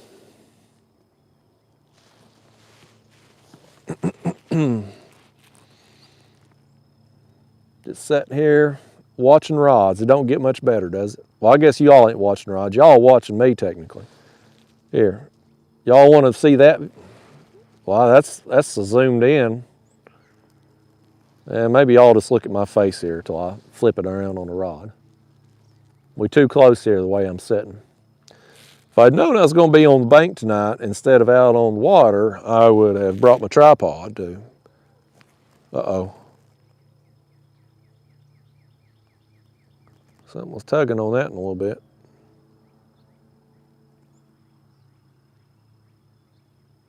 There's 3 rods now that have been teased. They're teasing me. Palmetto hit me with $4.99. He said, please have someone put some fish in that river because they weren't there last week. Well, thank you for that super chat, Kevin. Yeah, Kevin come down to fish the gathering thing, and he messaged me. He was out there on Nickajack and wasn't getting. If it makes you feel any better, Kevin, I struggled too. I was fishing Chickamauga last week to get ready for that tournament, and I fished down there 3 days. I caught one good fish and a few smalls was all I caught in 3 days. And then tournament day, I caught, I think, 4 total fish. And just, I can't explain it. Hard times. Normally this time of year, April and May, it's great times down there. I mean, great times. But for whatever reason, there's just something going on. Part of it, I think, is the current flow. We didn't have any current last week. They were running very minimal amount. And so I think that probably played a role in it. But yeah, we all struggled. There's one fella in our tournament on Sunday. He caught a 47 and a quarter inch fish. Caught it twice. He caught it twice in like 30 minutes. Same fish. That rod got hit.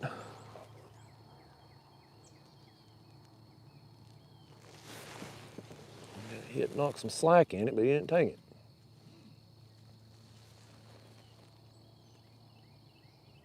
That one, I mean, that one had a little bump. All right, man. He better get it on the next one, by gosh. But yeah, I can't explain it. It's normally better than that, I promise. Hopefully next time you come back, the bite will be a little better. But if I told somebody to come here, I would tell them, like, April and May, that's your best chance to get you a big fish, big blues and flatheads, but I don't know what was up. Palmetto said, we heard they were at Gunnersville. Yeah, maybe so. Maybe so, yeah. I haven't ever fished Gunnersville, but I've heard it's really good for flatheads in April. People get a lot of big flatheads there. I'm gonna get down there at some point. I think Gunnersville's 2 or 3 hours from me. It's not too far a drive.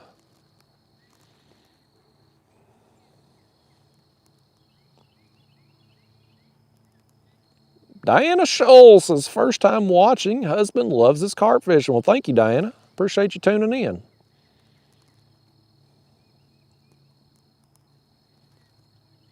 Appreciate you letting your husband watch too, Diana. That's nice of you. There's Paul Boyd. What's going on, Paul? He's been a club member a long time. Thank you for all the support, man.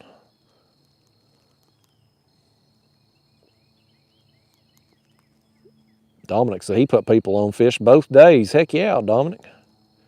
Dominic's showing them how it's done down there. I wish Dominic could put me on some fish. That way I'd have done better in the tournament. I struggled. I fish shallow. I fish medium depths. I fish deep. I just couldn't get anything going. And on tournament day, the only bait I had that could get bit was sucker, red horse sucker. I caught one in my cast net. All of my bites come on that sucker. I couldn't get anything on skipjack, shad, white bass, crappie. I had a smorgasbord. Red horse sucker was all I could get eat. Palmetto said Joe Jellison went down there. He said they caught some big ones. He said it's hit or miss. Yeah, he lives in Chattanooga, so it's probably not that far from him. It's probably like an hour and a half drive for him to go there. I'm going to go to Gunnersville sometime. I need to. It's too close for me to not go occasionally.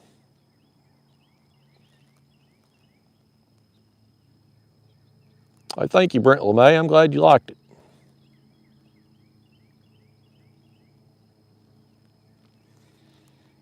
Yammy R6 has loved the channel. Whole family watches. Best of luck. Well, thank you, Yammy. Oh.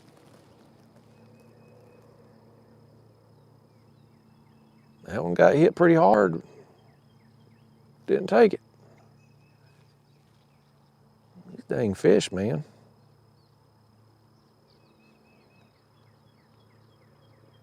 That's weird. That's weird. That one's been hit like twice now. It ain't hooked up either time. I kind of want to reel that one in. See if maybe sometimes them hooks will get like on your feeders.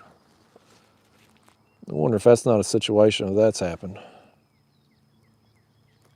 Paul Boyd, member 18 months, he says, have fun and keep catching fish. That was a big splash.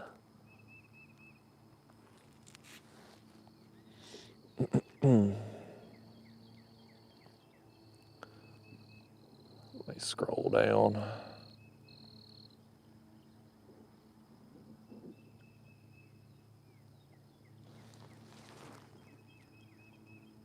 I think I'm gonna reel that. Oh,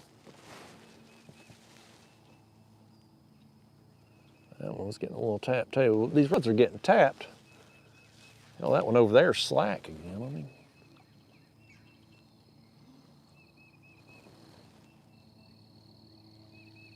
I think I'm gonna set y'all up here a second. I'm gonna rebait this one on the left. I may go ahead and rebait these other two on the right here too. We're getting here about quitting time. And I want to make sure we get some more fish before I go. So I'm just gonna fish till dark. No, the leader was fine. I don't know, he just didn't hook up.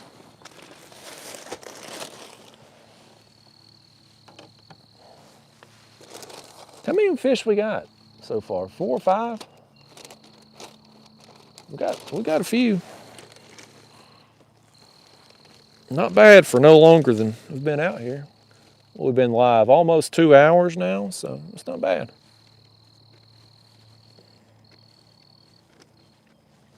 Let's cast this one back out.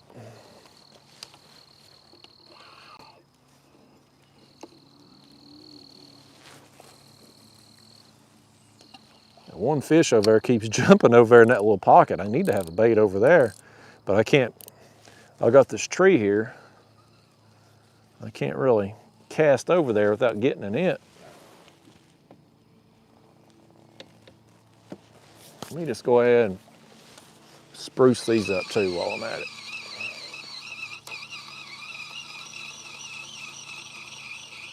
Rebait them and be ready to go here for the final push.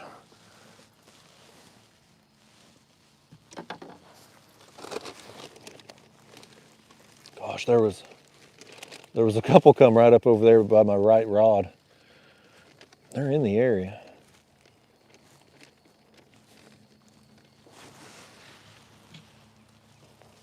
All right, let's send this one back out over there.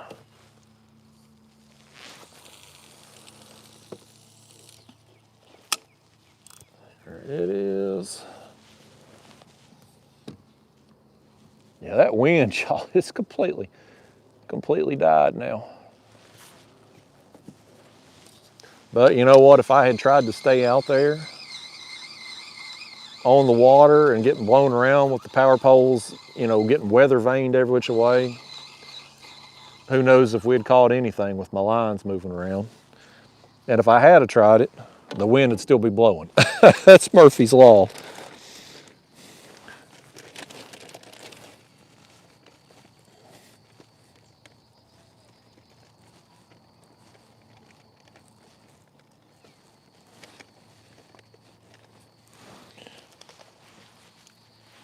All right, last one going out here.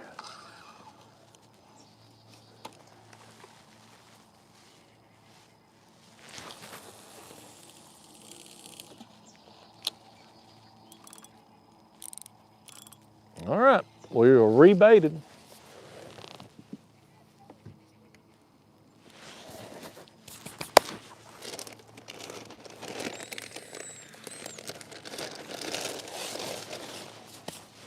All right, what I missed in the chat? Anything good?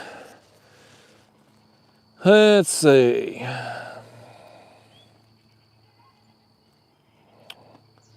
Let's see what we got here. Mike Hibbs, you ever fish Kentucky or Barkley Lakes? I have not.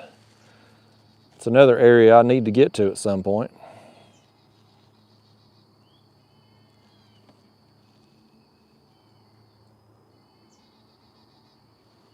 Gamer C says, I'm skipping the 420 Try Guys live stream for this, and I'm not disappointed. Well, thanks, Gamer C. Glad you're enjoying it. Kenny says, long line of storms marching east. Yeah, I think we're supposed to get some rain Saturday. I think I'm gonna probably get caught up on some editing Saturday morning. I got a few videos I need to get uploaded. 30-pound test, Gamer C, on my carp rigs and 40 on my catfish rod over here. Before Thunder. Jake Farm, I'm in a Hobie Pro Angler 14 kayak tonight. Yeah, Andy Lang, I went to Texas back in November, did a buffalo trip down there. There's Craig Rasnick. What's going on, Craig? Glad you could make it in.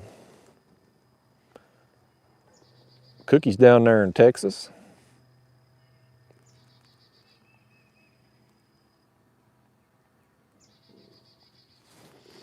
I don't know about y'all, I'm ready to reel in another fish. They busting all around us here. It's a matter of time. I'm still confident we're gonna get another one before it gets dark. I think that was a mosquito right there. Well, y'all, I don't know why I'm turning the camera around. Y'all ain't gonna see it. I think it's almost mosquito time. I could do without them. I'm glad it's warming up. I could do without the skeeters. My mom says Daphne's bragging about never losing a bike race. That dang dog. She beat me again the other day. I got one bike video done.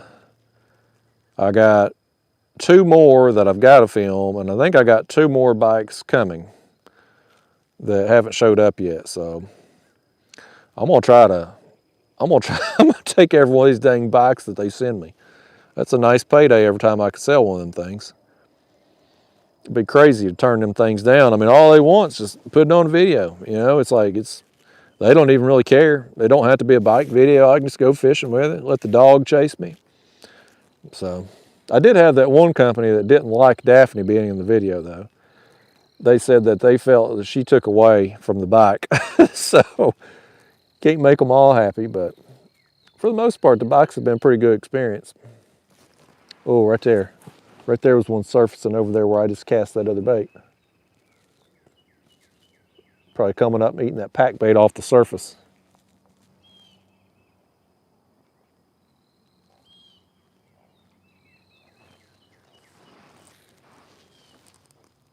I'm waiting. Anytime one of these rods is going to go down. Anytime.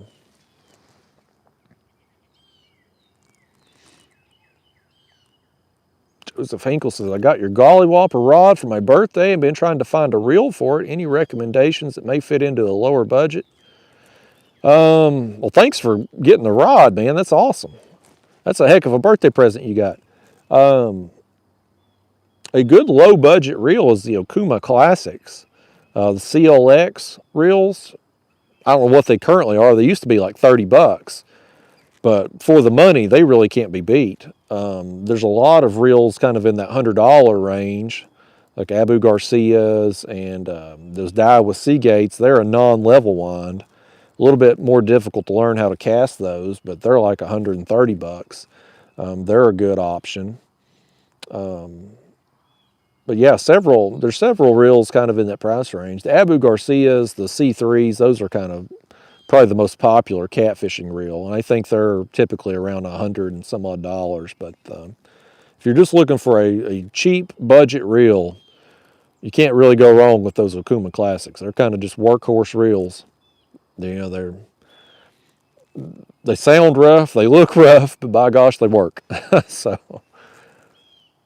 but yeah, you got an awesome birthday present. Getting one of my rods for your birthday. That's somebody hooked you up with an awesome gift.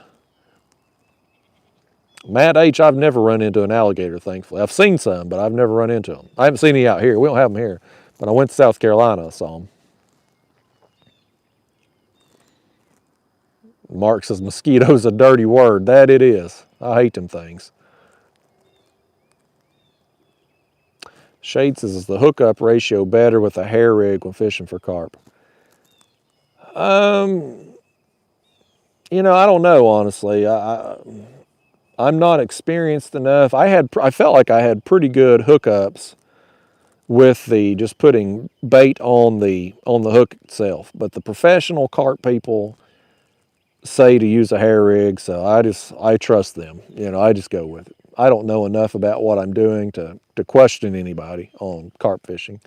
And I've had success with the hair rig, so I just keep doing it.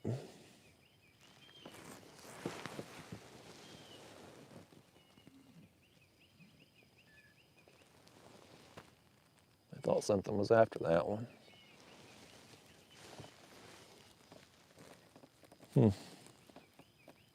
One of these rods is going to go down in a minute.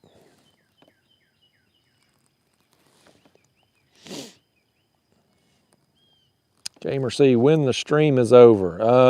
Soon. I'm going till dark tonight, which the sun has set over here behind me, but it's still light enough I can see. I got about, I don't know, 20-minute run to the car, so we'll wrap this up a few minutes before it gets dark so I can get up on out of here and make it back and everything. Hell, Tommy Harper, I don't know how much this setup, I just keep adding stuff to it. The kayak hull I bought used. I bought the kayak for $2,500. I sold some accessories that it came with, so I'm in the kayak itself for like $2,100. But I've added live scope, I've added the motor. Epic Batteries sent me a battery to run my trolling motor, so I was able to eliminate that expense. I got these power poles that I have a love-hate relationship with. They're a really expensive accessory. So I've got more money in accessories than I do the kayak, but you know, most of this stuff I've got just because I'm doing YouTube. You know, I need to get content when I go out on the water. If I was just, you know, fishing for me, I wouldn't have this kayak, I wouldn't have the motor, I wouldn't have live scope. I would just have my basic, my old town kayak, my pedal kayak. I'd be rocking it. That's what I'd be using. So, you know, this whole YouTube thing I got to get the most amount of content I can get. So I need, each one of these toys is kind of like a tool. Helps me do a job a little easier. So that's why I have all this crap, but totally not necessary to catch fish. But it does help me catch fish more consistently. So yeah, I don't know the answer to your question though. Way too much is probably the best answer. That's how much I got into it.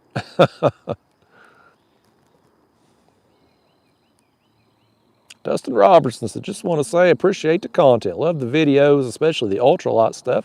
Gulp minnows have become my go-to lure for sure. That's awesome, Dustin. I'm glad you like them, man. I'm going to be doing some more ultralight videos soon. Once the wind dies down to where I can be able to cast and feel my bait and all.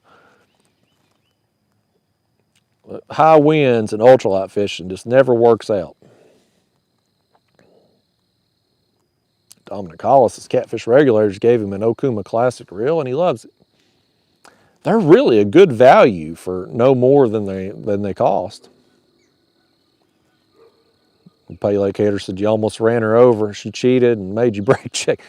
She does, man. That dog, Daphne, loves to win. And she knows she's racing too. So she'll cheat. She'll do anything she can to get the victory. I'm on to her games, but I still can't beat her. Creepy Pasta Poet said it'd be nice if the bike folks would do a percentage off threes so you could get a piece of the sales. Yeah, you know, well, some of them do, Pasta Poet. Some of them will give me an affiliate link and send me commissions, and some of them don't. It just kind of depends on the bike company. I don't ever really push it. You know, I just do whatever they want because I know I'm going to be able to sell the bike and make, you know, a few $100. So I don't argue with them over the commissions.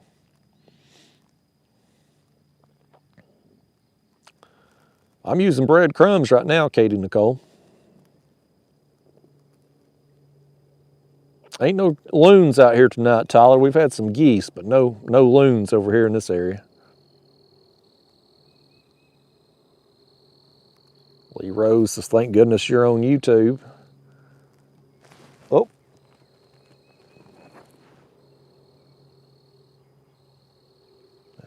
get tapped right there.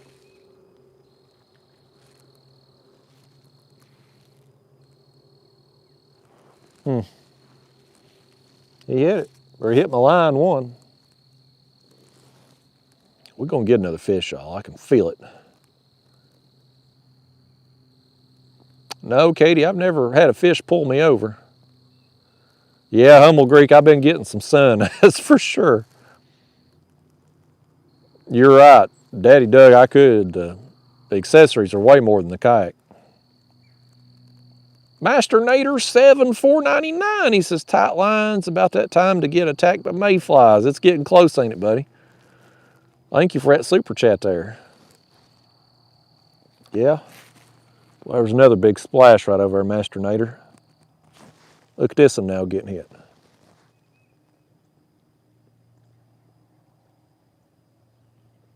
That in there.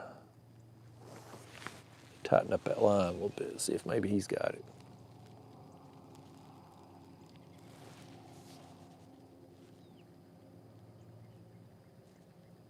No.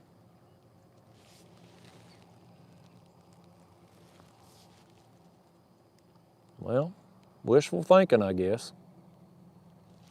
Wishful thinking. Master Nader, I thought we was going to get you a fish right there, buddy. I thought we was about to make it happen. Tadpole, I like the high boy. I ended up selling it. I'm maybe getting another one. They reached back out the other day. I haven't heard back since they emailed me. I may be getting another one. But no, I think my favorite one is the Frigo. It's a weird looking bike.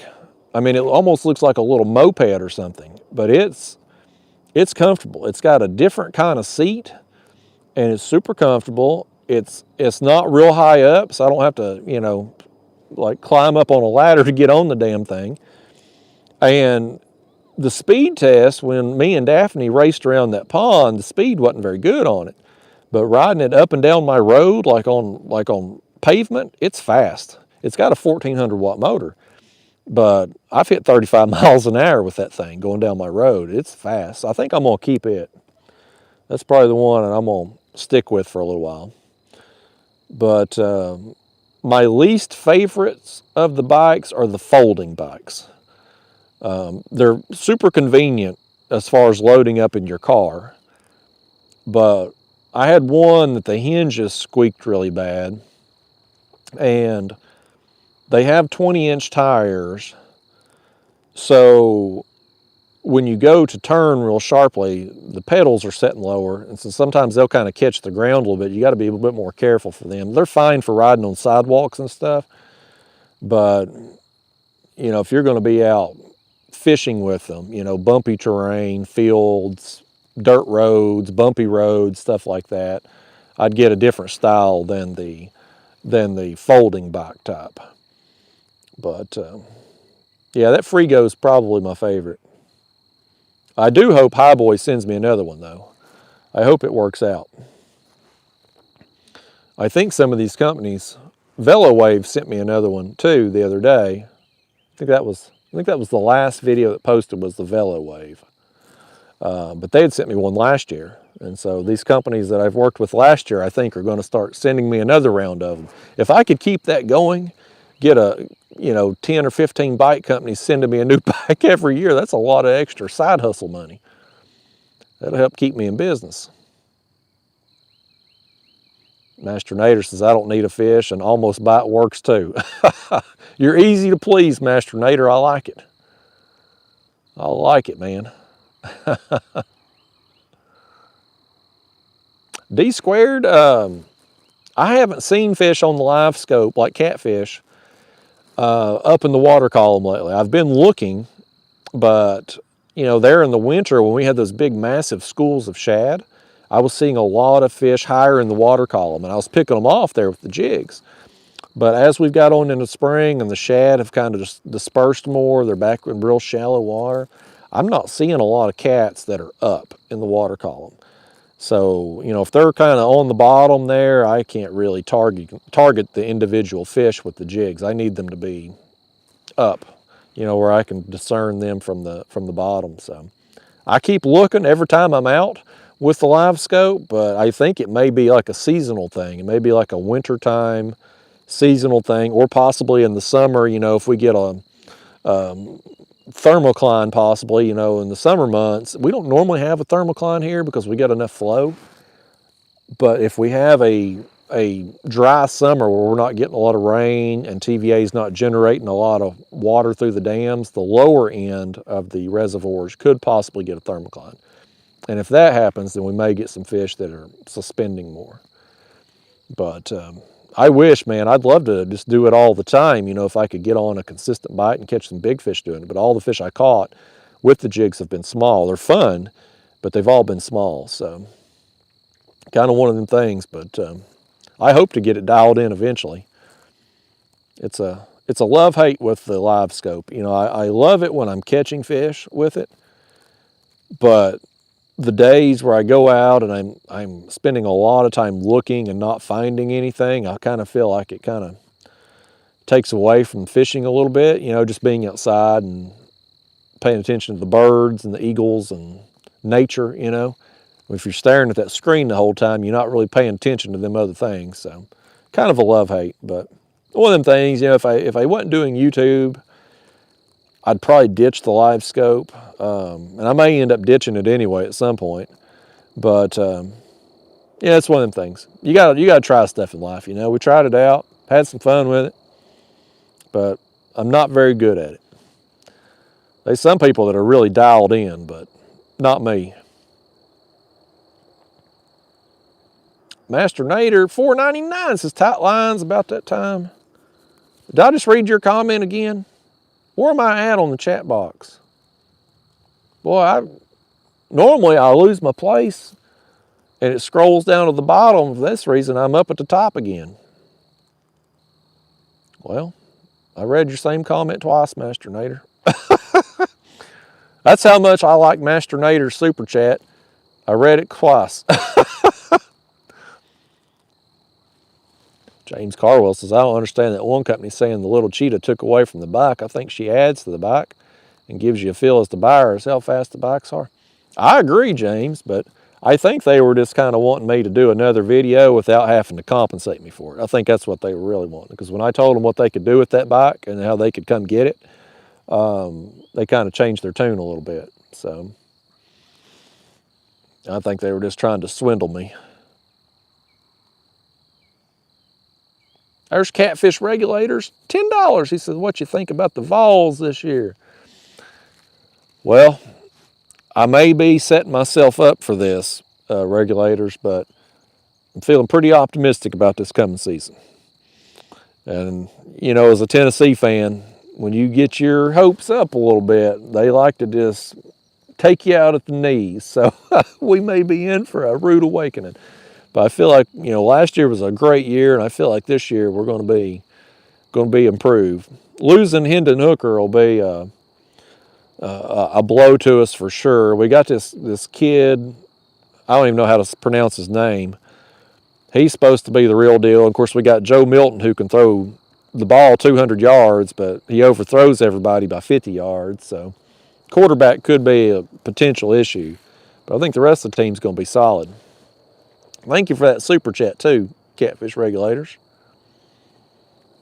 Appreciate that, man.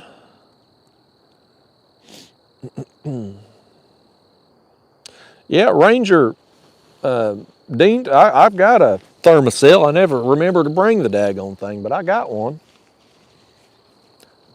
I don't fish at night too much anymore, so I'm not really exposed to mosquitoes very often. But they're definitely out now. It's that time of year. Mitch Van Slyke says, hello, enjoy your videos. Thank you, Mitch. Daniel Bone Traeger, there's a mosquito right there in my face. Let me scroll on down. Siri says, Hendon Hooker, top 15 in the draft. I doubt it, Siri. He should be. If he hadn't blown out his knee, I think he would have been. But somebody's going to pick him up in the second or third round, and they're going to get a steal of a bargain for him. I think he's older, but I mean, he did a great job for us. I think he's going to make a good quarterback for somebody. I'd like to see him go to a team where he can succeed.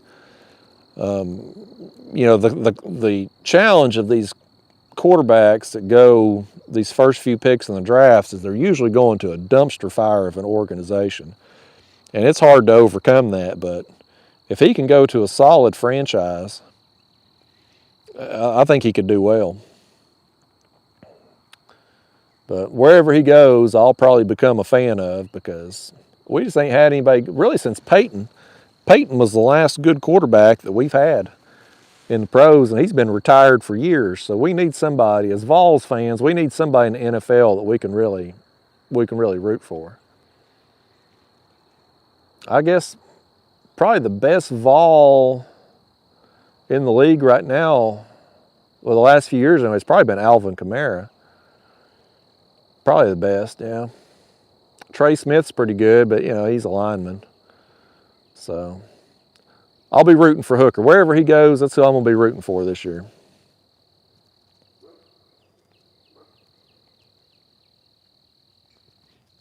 Joseph Sloan says carp fishing's a lot of fun. It is. I wish that we were getting bites, and I was like, man, we're about to really catch them every few seconds here, but we've sat here now probably 30 minutes without getting another one. The line's been bumped a couple times, but I think that one right there might have been getting a little tap. Maybe it's just me moving in the kayak, possibly. I don't know. I hope we get another one here before we wrap it up. I ain't gonna stay live much longer. It's starting to get dark now. People's dropping out here. We're down to 220 in the chat anyway. I think most people seems like they ready for me to wrap it up anyway.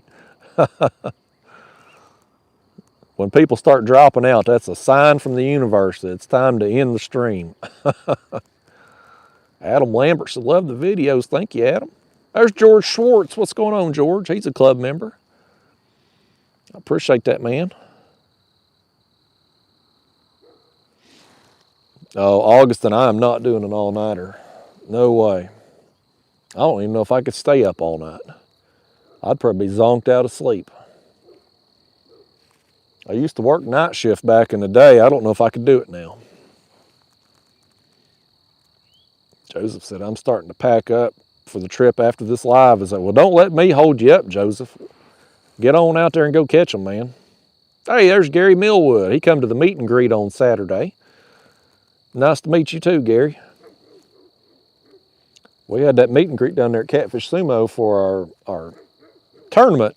The tournament was on Sunday. We had our board check and all that Saturday night. We opened it up to the public and had some people come out from YouTube. Gary was there. He was one of them. So I appreciate everybody who made the trip.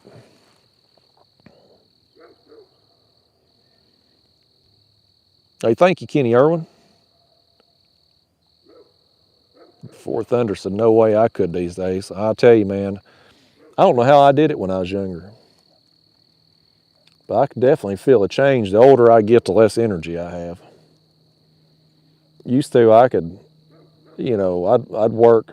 I pulled a lot of overtime, you know, when I first got out of college. And there was one stretch I worked 49 out of 50 days, you know, 12 hours, night shifts. And I could do it. I couldn't do that now. There's no way. I couldn't if I wanted to.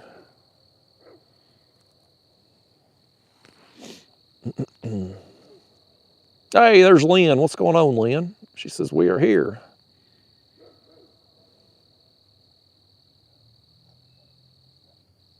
I wouldn't know, Tyler. I ain't never got famous, so I don't know how it feels. Lynn says she's got on her Kayak Carp shirt today. Heck yeah. Lynn's looking stylish, y'all. Kayak Carp's the bomb diggity. There's Marvin Manson. He's always enjoying the show. Thank you, Marvin. I sure wish we could get another one. I don't know if it's going to happen. I'm losing optimism now. I really thought we were about to really tear them up there after we got them others, and seemed like the bite was coming more frequently, and I was seeing them splashing all around. I don't even see them now. I ain't seen any come up in a little while. Cody says we can get one more. I hope so, Cody. Fishing with Vaughn says, hello, best YouTuber. Thank you. You got good taste in YouTube channels there, Vaughn.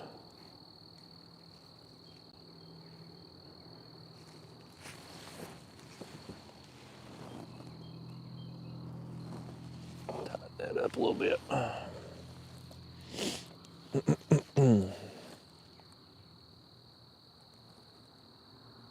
Gary says he'd keep watching me as long as I make them. I appreciate that, Gary. He says he watches them all. Greg Editor says, love your videos. Since using the hair rig setup, my hookup ratio has gone up on them carp. Love their fight. Hey, that's great, man. I'm glad you're having success there with the hair rigs.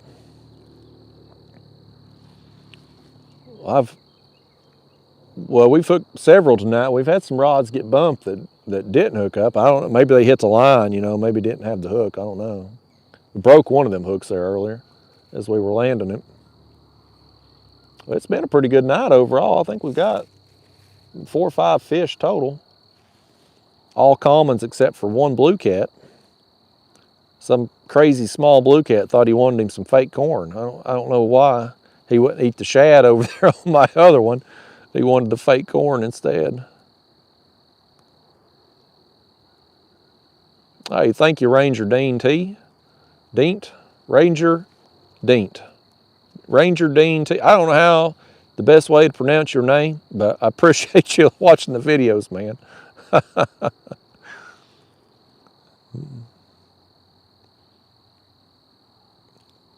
me see how far down I am in the chat. I ain't too far behind. Yeah, I've pretty much just stuck with the same flavor of pack bait there, storemouth fishing, just because it keeps working. I keep getting bit every time I go out, so I really haven't played around too much with different flavors. I probably should, but you know, it's hard to stop using something when it keeps working. We'll see you next time, Gamer C.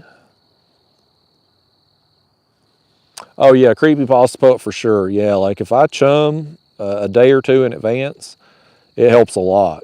Last year I played around with that, experimented, and it makes a big difference.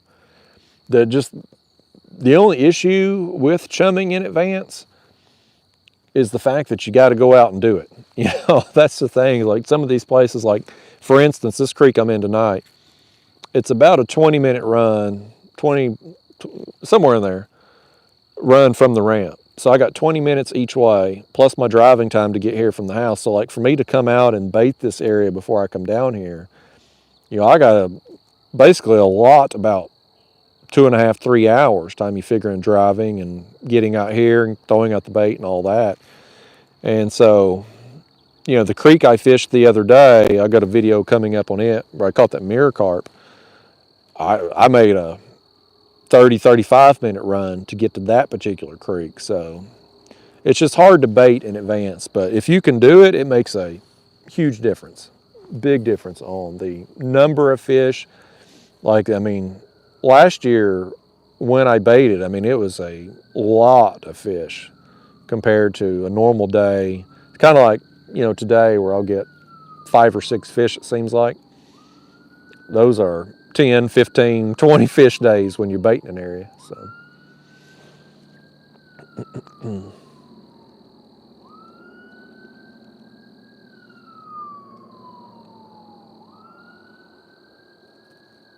scroll down here and see what I've missed. Mitch says, what's your favorite river to fish on? Probably Tennessee River, I guess, because that's, you know, what's most convenient for me to get to. Cops are after somebody, y'all. Matt Holochek's, he's chasing somebody over there right now. There's a highway over here behind these houses, and there's somebody in hot pursuit. Oh, Roscoe P. Coltrane's chasing the Duke boys. He's got the heel to the steel. He's after them, buddy.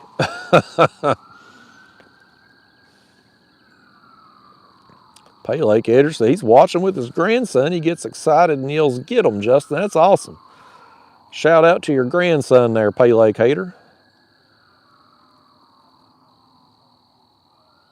Yeah, J.G. Hill, that was that chainsaw guy. There's always something when you're filming, always. We're getting into lawn mowing season now, so lawn mowing and weed eaters and all that will be, anywhere I'm in a residential area, they'll be out. We'll see you next time, Doug. There's 6-day fishing with $4.99. He says, love the channel. Any quick tips for someone wanting to try fishing for big cats for the first time? Thanks. Well, thank you for the super chat, 6-day. You know, if you're going out catfishing for the first time, biggest piece of advice I could probably give you is use quality bait. You know, I think a lot of people brand new to catfishing, going out on their first trips, they're using chicken livers, they're using those dough baits and those dried out shad from the Walmart. If you can use a good quality bait, it will make a big difference in the quality of fish that you get. But the other thing you got to do is put your baits where the fish are. So, you know, if you can Google Earth, or if you got a boat, you know, Navionics, get out and hit deep points, creek mouths, main channel ledges, places like that where you're likely to have catfish around. You can just put a good quality bait where they are. You're going to have a chance at catching them. So hopefully that'll help you out there. I sure appreciate you helping me out with that super chat, man. It is very much appreciated. Cody says, Psycho Steve is on the run. They after him, ain't they? Willis cops, Roscoe's going to send Flash to apprehend the bad guys. No, Derek Parker, I ain't got any plans to go back to Santee anytime soon. I'd like to get back over there. I enjoy it over there. It's beautiful country. It's about 6 hours away from me. I'll hopefully get back over there at some point in the next year or so. Jerry said he's looking out his window to see it. Well, thank you, Fishing with Vaughn. Grayson says he really enjoyed watching the videos catching cats on the swim bait. It's really cool to see someone on YouTube doing something different. It was a fun time while it lasted, but I haven't been able to replicate that since the water got warmer.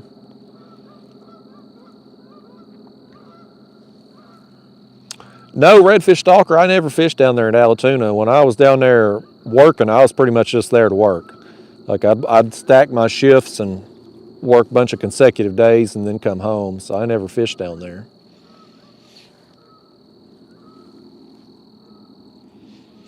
Well, y'all, I'm not sure we're getting another bite. I'm gonna turn the camera around. I don't know if y'all can see. Look at that big thing of mosquitoes right there. Them damn things are everywhere. There was a fish right there in front of us too, man, taunting me. Jumping up and flipping me the bird right there.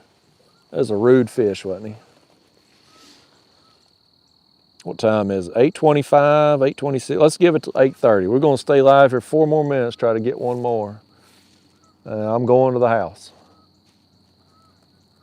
I just knew this bite was going. I was so optimistic we were about to really start tearing them up, but just didn't happen. They moved on us. They said, heck with that, we'll come back and eat your bait once you're gone.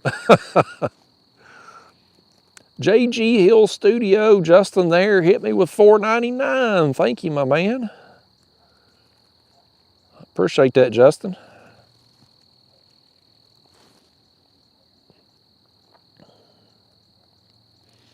We got Cody Pruitt says, how do you keep your kayak anchored and sitting still in calmer water with not much current? Don't have money for fancy technology, but love catfish.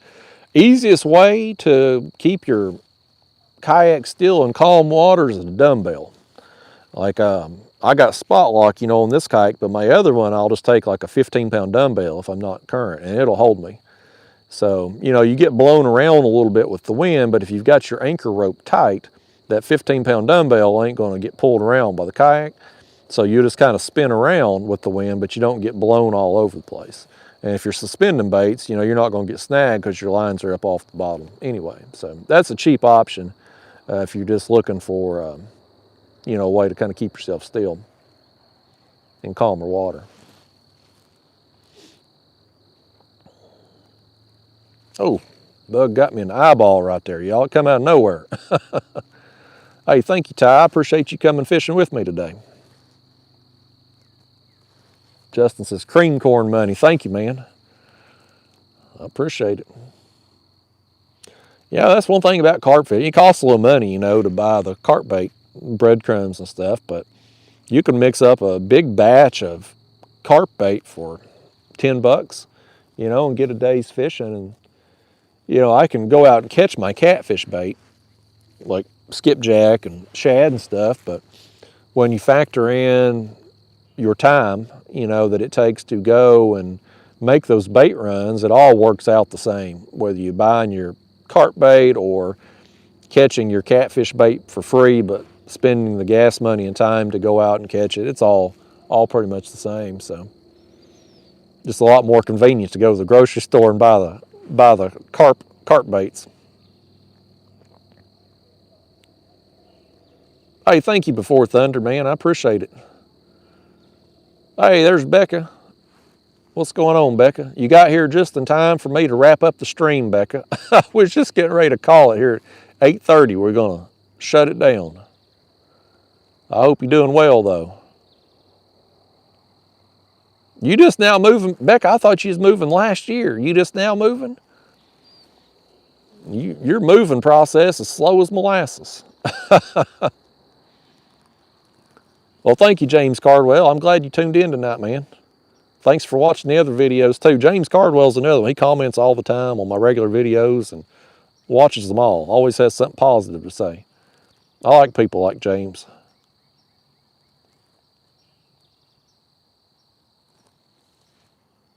Lisa NJ says, caught carp on those tiny marshmallows. I tried some marshmallows last year, but they dissolved pretty quick. The ones I was using did. So I didn't catch anything on the marshmallows.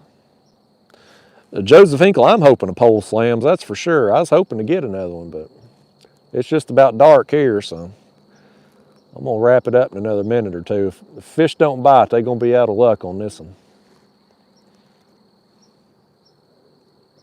Thank you, Tyler Chambers.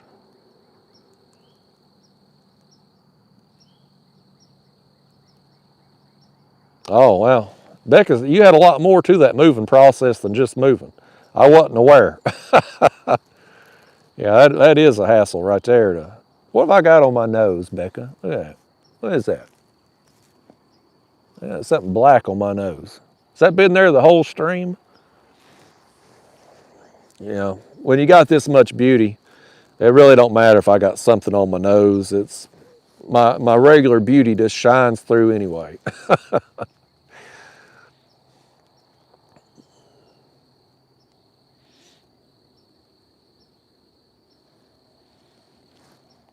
Yeah, D-squared, I did go through the Walmart line one time last year, and I bought every can of breadcrumbs they had, and I had like 20 cans of corn, and that cashier was giving me a look. They didn't ask, but I could tell they wanted to ask. No, Gary, I haven't tried the gummy worms. I probably should. That'd be like a YouTube challenge thing. I could probably get some views on that. There's Penny in Kentucky. It's 8:31 on her comment, so I think it's a good time to get out of here, Penny. I wish we could have got another one, but you know, we got 4 or 5 fish total for a little over 2 hours, so I'm pretty happy with that. The fish we got was a good time too, so. All right, y'all. Well, I'm going to wrap it up. Thank you to everybody who tuned in tonight. Special thanks to everybody who's a club member and everybody who super chatted me tonight. I really appreciate it. I really appreciate all your support. So we'll post this video and check back on it a week or so, see if YouTube demonetizes this one like they did my last live stream, and see how that goes. But anyway, we'll do it again. I don't have a set time. We'll try probably sometime in May. We'll do another live stream, but I'll have other videos coming. So anyway, y'all, I'm going to reel in. I'm going to take it to the house. We'll see you again soon. Y'all take care.